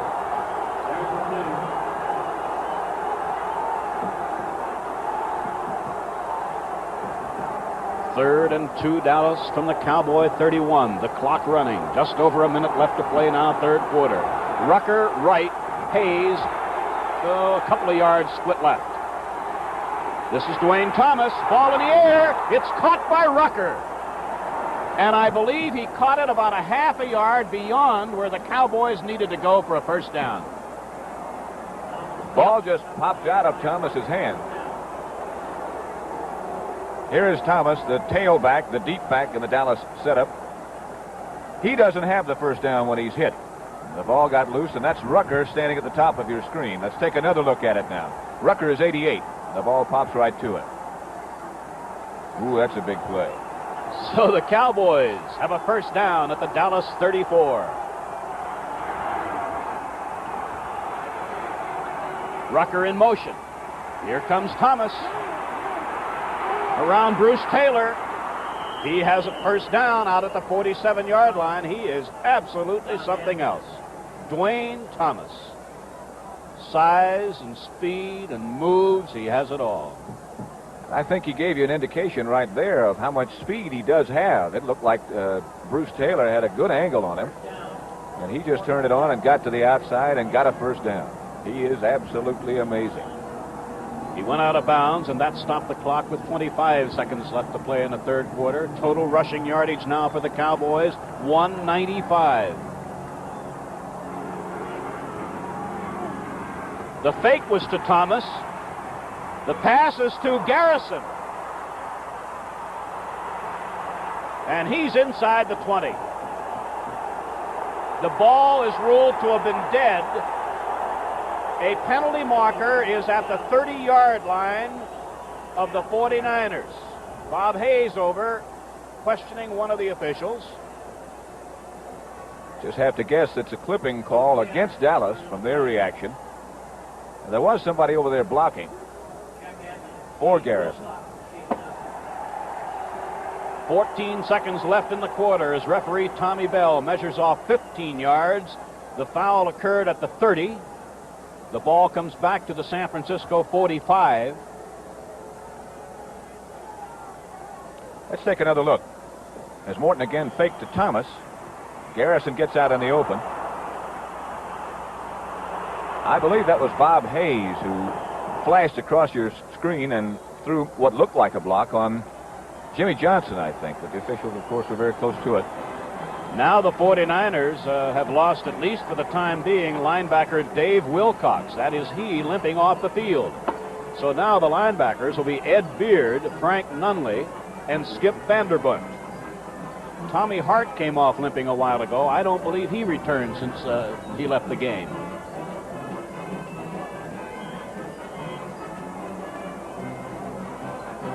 Is it 1st and 3? It looks like it's a 1st and 3. At the 45-yard line of the 49ers. Rucker goes to the right in motion. This is Dwayne Thomas. Gained about 2 yards that time. And that undoubtedly was the final play of the third quarter. Oh, we're going to have a timeout for a measurement. 4 seconds left. Dwayne Thomas slowly getting up, but he's all right. He was just taking a little breather, I think. Well deserved. Boy, oh boy. How many times he carried now? 18 times for about 124 yards.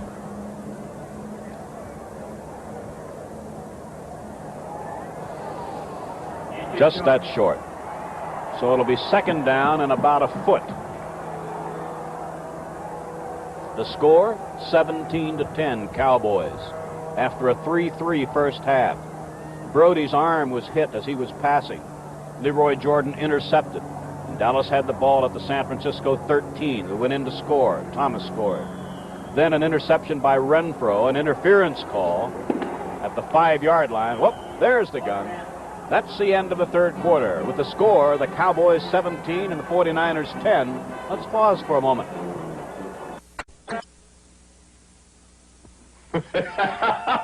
Certain things make you uncontrollably happy.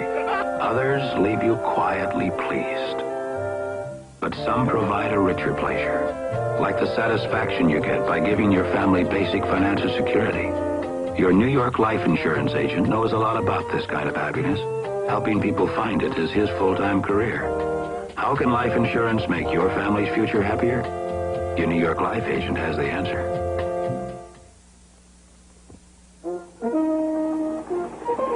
There's a computer company that has designed information systems for over 400 kinds of business. NCR. So NCR won't have to learn your business first, nor promise more than a computer can do. Someday your company will talk to one of the most experienced computer companies you know. Because now you know. NCR means computers. Shades of the days of 49. The official 49er stagecoach. With Pat Summerall and Jack Whitaker, this is Ray Scott at Kezar Stadium, San Francisco. We're having a measurement here.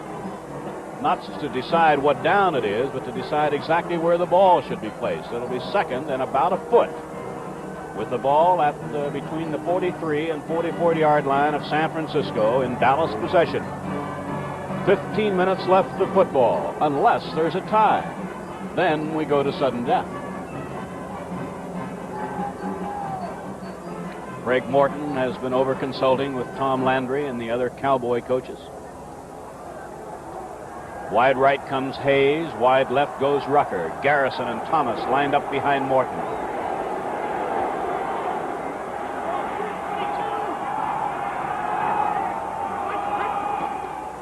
There goes Thomas. Looks like he has a first down at the 42-yard line. 1st and 10, the Cowboys. Total offense now. The Cowboys, 252 yards. They've had it for 53 plays. The 49ers have had it for 43 plays and 222 yards.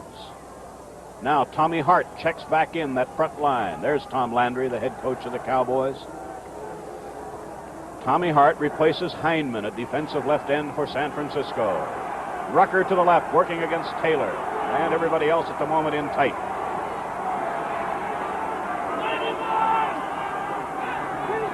Hayes in motion. This is Garrison. And he picks up about 5 or 6 yards on first down, and it'll be 2nd and 4. And what a job this Dallas offensive line has done today. Neely, Nyland, Manders, Nye, Wright, and either Norman or Ditka tight end.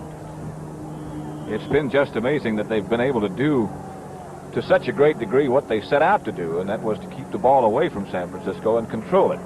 Obviously, when you run it as much as they do, you figure to do that. But that was sort of part of their game plan and a very basic part of it. This is 2nd and 4. Rucker in motion. This is for Hayes. Mel Phillips had it in his hands and couldn't hold it at the 3. In defense of Phillips, I said earlier that he had hurt his hand last week. You can see he's got it bandaged, and for him to catch any kind of ball would be rather remarkable. He deserves a lot of credit for even playing. But he's right with Hayes, and he's right there all the way. But that right hand, that bandaged hand, would have been the hand that he'd been able or tried to control the football with. It would have been the one on the backside as the ball came into him. And it is heavily bandaged. Excuse me, Ray. Statistics on Morton, 6 of 20, 80 yards, no interceptions. Well, I'd have to say this is a pretty big down coming up. 3rd and 4. Rucker left, Hayes left.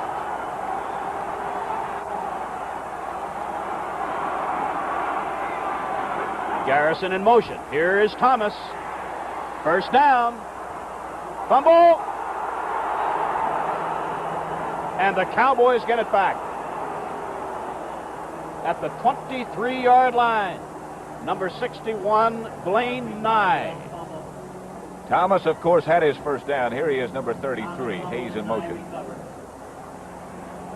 Got his first down, no doubt about it. He got really popped right across where he was carrying the ball. And that's twice Dallas has been able to get a rebound on a fumble like that. So it's a first down for the Cowboys at the San Francisco 23-yard line. Thomas now has carried 20 times for 135 yards. 12:56 left to play in the game. The Cowboys lead by 7.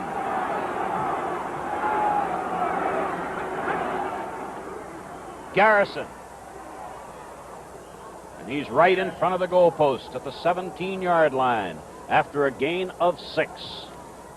Next week, starting Saturday, January the 9th, the 8th annual CBS Golf Classic with $225,000 in prize money gets underway. Players such as Bruce Devlin, Sam Snead, Frank Beard, R.H. Sykes, Bobby Nichols, and Doug Sanders compete in this team best ball match play tournament every Saturday for 16 weeks. The opening match, January the 9th, has Tom Weisskopf and Bert Yancey against Hale Irwin and Howie Johnson. Here's a 2nd and 5. Garrison to the 16. He got just a yard that time, and here again, a big third down coming up. Dave Wilcox, who left the game limping, comes back in now at a linebacking spot for the 49ers, replacing Jim Snydecki. It's a 3rd and 3 at the 16-yard line. The clock is running. 11:45 left to play. If I were calling defense, I think I'd start keying on number 33 for Dallas, Dwayne Thomas, in a situation like this.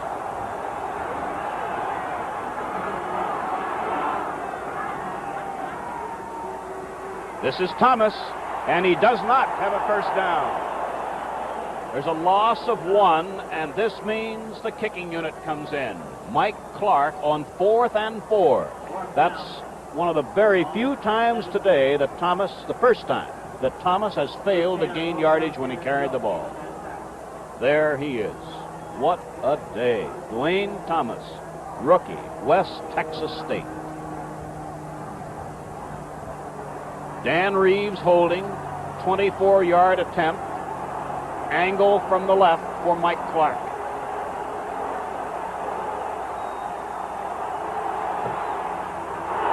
It is not good. It is wide to the right. And the 49ers have the ball at their 20-yard line with 10:45 left to play. So with the score, the Cowboys 17 and the 49ers 10. Let's pause for a moment.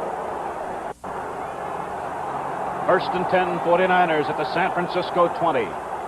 Brody has Washington left and Witcher right. Washington belted out of bounds by Mel Renfro after a gain of 6.5 or 7. And Washington's number is going to be pretty hard to read. There's some mud just outside of the sidelines, and he hit it. This is a pass that we said earlier would be there almost all day. Washington's so quick, and Brody can throw the ball so well, it's almost impossible to cover that. Let's see. Washington now has caught 4 passes for 61 yards. It's 2nd and 3.5.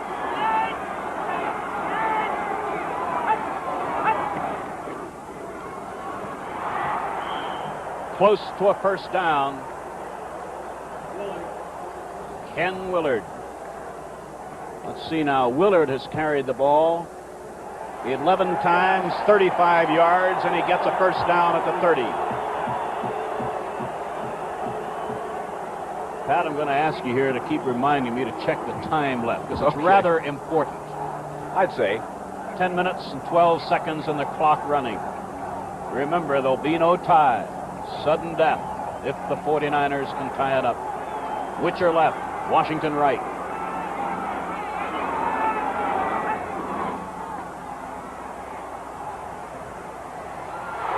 This is Witcher.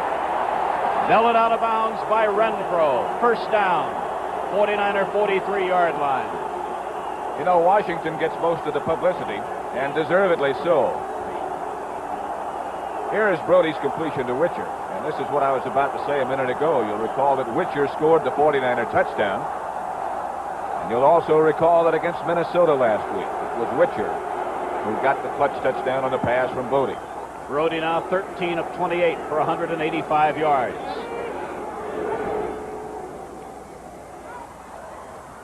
The ball was tipped and was short of Doug Cunningham. A screen was set up with Vanasek and Woody Peoples out in front of Cunningham, but a great rush by the Cowboys Larry Cole, I believe, got a hand on that ball and tipped it away from Cunningham. And also Cornell Green, the safety man, was blitzing. Had that been able to work, as we said about Dallas earlier, that's a perfect call against that kind of defensive maneuver. So that's the time remaining with a 2nd and 10, San Francisco, at the 49er 43-yard line. Washington right side, Witcher left side.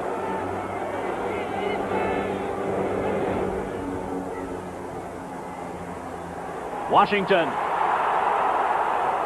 Adderley has him inside the Dallas 45. It's a 49er first down. I believe something happened to Adderley. I think he might have slipped down as he tried to make the cut to get over with Washington. Look how open he is, though. That's that same square out pass. Sideline. You have to respect that man's great speed, Washington. And when you have a quarterback who can get the ball to him the way Brody can, well, there's just not really too much you can do about it. Gene Washington now has grabbed 5 of Brody's passes for 73 yards. First down, San Francisco at the Dallas 44 with 9 minutes left in the game. Dallas leading by 7. This is for Witcher. And a tremendous play by Renfro.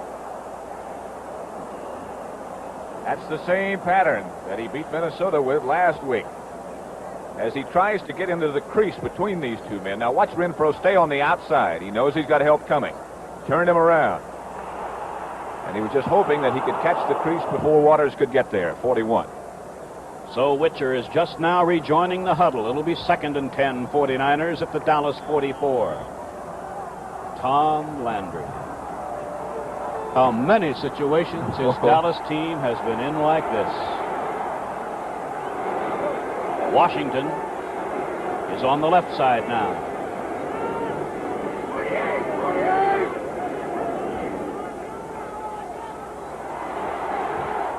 Willard is inside the 40 at the 39-yard line, and it'll be a 3rd and 5 for the 49ers.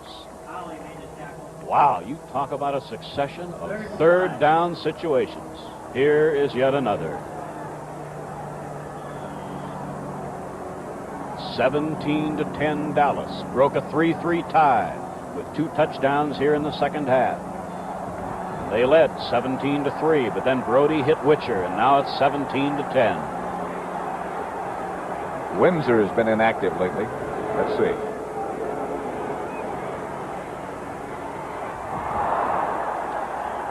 Broken up by Adderley. Intended for Witcher. It's 4th and 5. And the kicker, Bruce Gossett, comes in. He has a following wind with 8:13 left. I was just speculating a minute ago while they ran 3rd and 5 as to what Dick Nolan's choice of plays might be if the 4th down situation did come up, as it has, if he would try to go ahead and get the touchdown and tie it, or if he'd try to take the field goal. This is not going to be an easy one by any means. 46 yards out. He has the benefit of a following wind.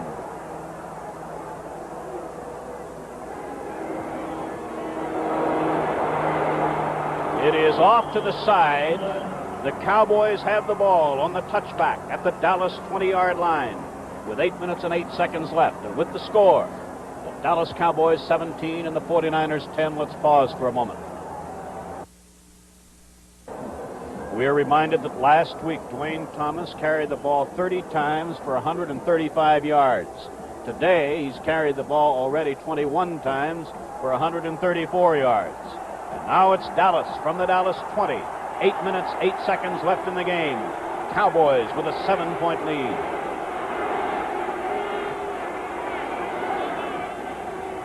This is Garrison for 2.5 or 3. On Sunday, January the 24th, the greatest stars in pro football will meet in the annual AFC-NFC Pro Bowl game at the Los Angeles Memorial Coliseum. That'll mark the first time the American Conference stars will meet the National Conference stars. 7 of these players that we're watching today will be competing in that game. From San Francisco, Gene Washington, John Brody, Dave Wilcox, and Jimmy Johnson. From Dallas, John Nyland, Bob Lilly, and Mel Renfro. And all of them have certainly been outstanding today. This is a 2nd and 8. From the Dallas 22. Here's Dwayne Thomas. And a tremendous play by Mel Phillips. Mel Phillips from the secondary shot through, and it was he who got his arm out and upset the brilliant Thomas. There's a loss of 3, and wow, 3rd down 11, and Belk is replaced by Hardman. There's the tackle, and a very crucial tackle by Mel Phillips. And you just usually don't take him down with a tackle like that. Great effort by Mel Phillips. Now let's see if the Cowboys elect to put the ball in the air. The clock running, 6:50 left. 3rd and 11 from the Dallas 19. Rucker left, Hayes right.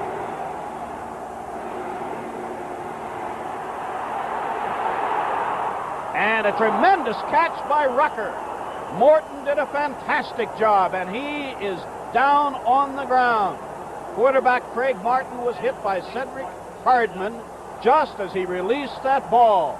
And a tremendous play, Morton to Rucker, but Morton is hurt. There you can see that's Morton holding his right side. How he ever got rid of that ball, let's take another look. Cedric Hardman is number 86, coming around, and he hits Morton from behind, and Heineman hits him in the ribs almost at the same time, just as he got rid of that ball. You can tell he's in pain, but what a play he made.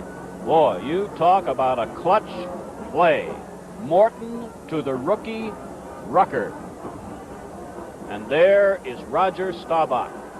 And now the pressure shifts, apparently, from Morton, who is on his feet now. There's Craig. You talk about courageous performances. He's had a bad shoulder. He's had a bad elbow. He cut his hand. Played much of last year with a shoulder separation. And he's been troubled throughout most of this year with a variety of different injuries. Yet he's hung in there.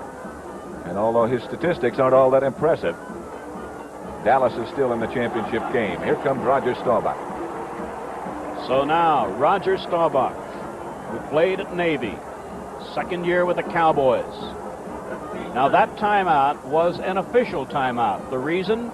The player injured, Morton, did not stay in the game. Hence, that timeout was not charged to the Cowboys. It's a Cowboy 1st and 10 at the Cowboy 40. 6 minutes, 29 seconds left. And Staubach takes over the offense.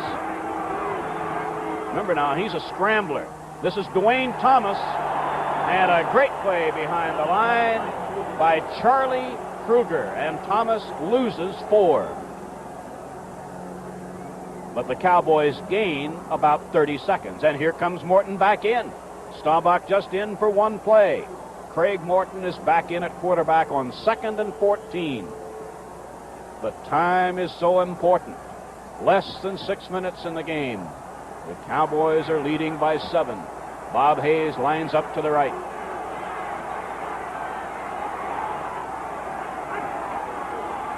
This is Thomas.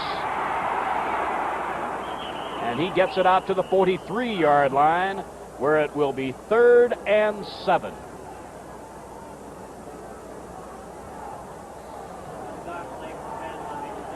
And Dave Wilcox is very slow in getting up. Belk leaves, Hardman goes in. 3rd, about 7. The clock is running. Only, oh, there's the time. Going to be interesting to watch Ralph Neely, the left offensive tackle for Dallas this time, and Cedric Hardman, as he puts the rush on Craig Morton, or tries to. Hardman is 86, Neely is 73.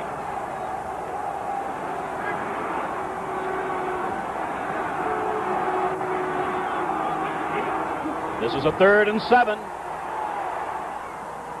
The ball was tipped. It was intended for Rucker.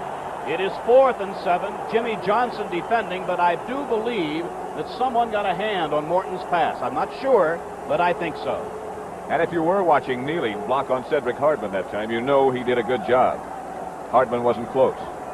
49ers are going to get it back now with 4 minutes and 50 seconds. One of the reasons that the Cowboys are leading today is the fact that they have been able to cover their punts beautifully, or else keep it away from Bruce Taylor. Fair catch. Whitby did a beautiful job getting that high in the air, and the 49ers will have it at their 23-yard line. With a score, the Dallas Cowboys 17 and the San Francisco 49ers 10. Let's pause for a moment.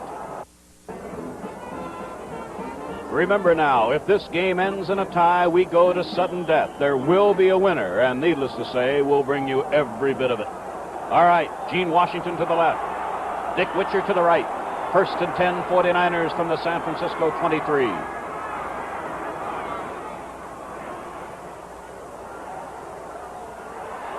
The catch is made, and a very short gain to the 26. Cunningham tackled immediately by linebacker Chuck Howley. Gain of 3, 2nd and 7. Time left, 4:25.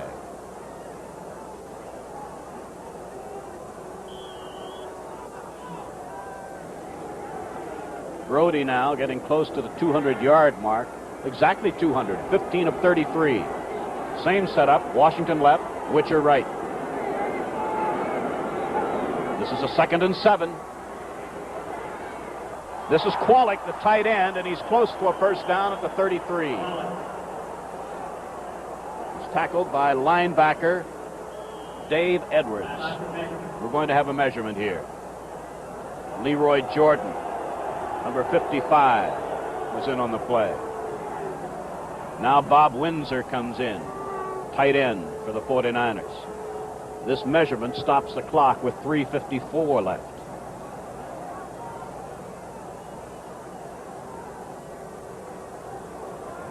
Well now, 3rd and a foot. We'll have 2 tight ends in. Remember against the Raiders?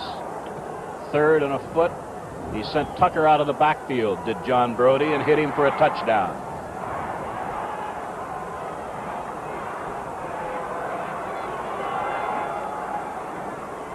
Not this time. Whoa! I don't know whether he made it or not.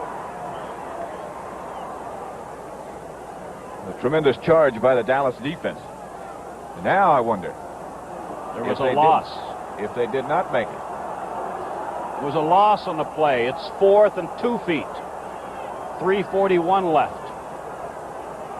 At the San Francisco 32.5-yard line. This could be the season, this play. It sure could. Willard behind Brody. Cunningham to Willard's left.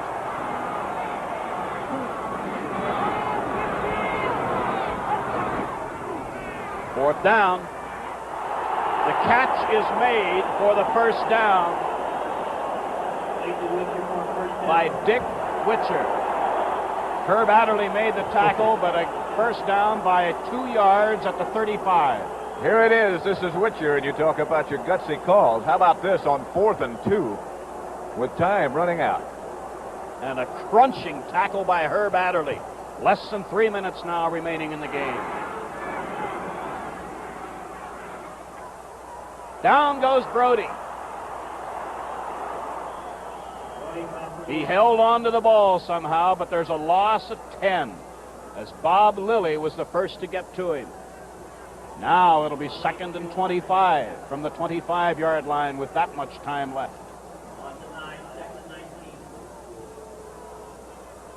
One touchdown given up by this Dallas defensive unit in the last 24 quarters plus almost 13 minutes of this quarter. 24 quarters, I should say, plus.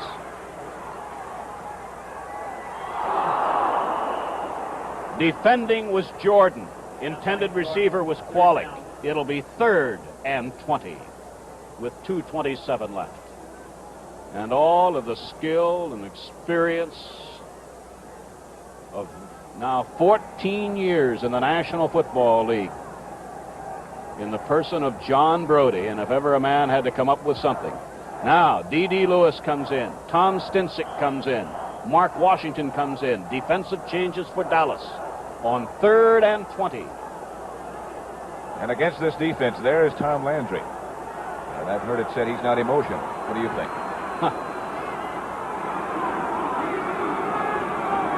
From the San Francisco 25, Gene Washington made the catch. It is not a first down. It'll be 4th and 7 from the 38 with 2:15 left. And let's see. We have a timeout. Here's Washington getting the double coverage. Mark Washington cut him down, in fact, at the line of scrimmage. That's some effort to get up and make a reception like that. Brody is checking with his coaches on the sideline about what this play should be. And in a situation like this, 4th and 7, boy, you'd welcome all the help and all the advice you could possibly get from anybody. John Brody, 18 of 37, 221 yards. While this huddle is going on this side of the field, Gene Washington has caught 6 of those passes for 85. Meanwhile, Tom Landry on the other side of the field. Now that's Reggie Rucker he's talking with, the fine young wide receiver. Well, John Brody's back in the 49er huddle. And in a moment, we'll know what Dick Nolan and his staff have decided on 4th and 7 from the San Francisco 38 with 2 minutes and 15 seconds left, and the Cowboys leading 17-10.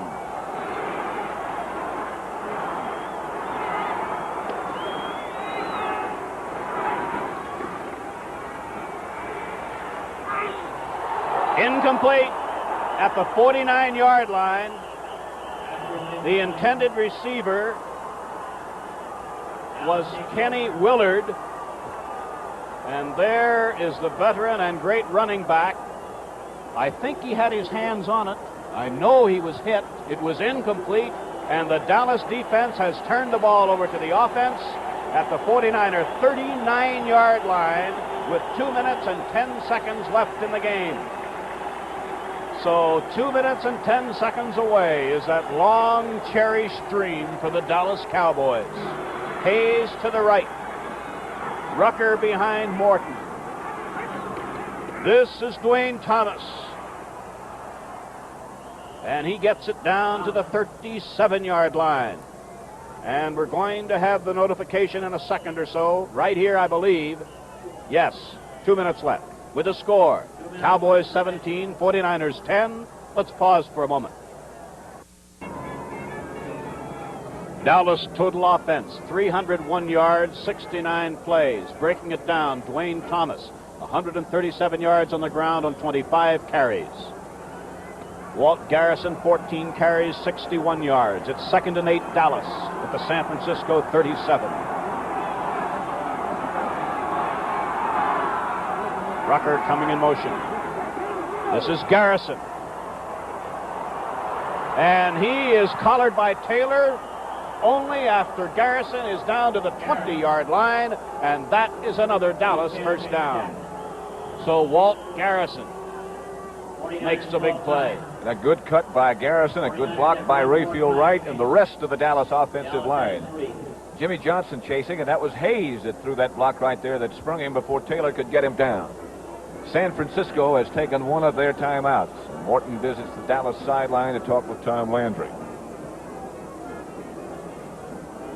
So it's 1st and 10, the Dallas Cowboys at the San Francisco 20-yard line with 1 minute and 46 seconds left to play in the game. And the Dallas Cowboys on the verge of winning the National Football Conference title and earning the right to meet the Baltimore Colts, who earlier today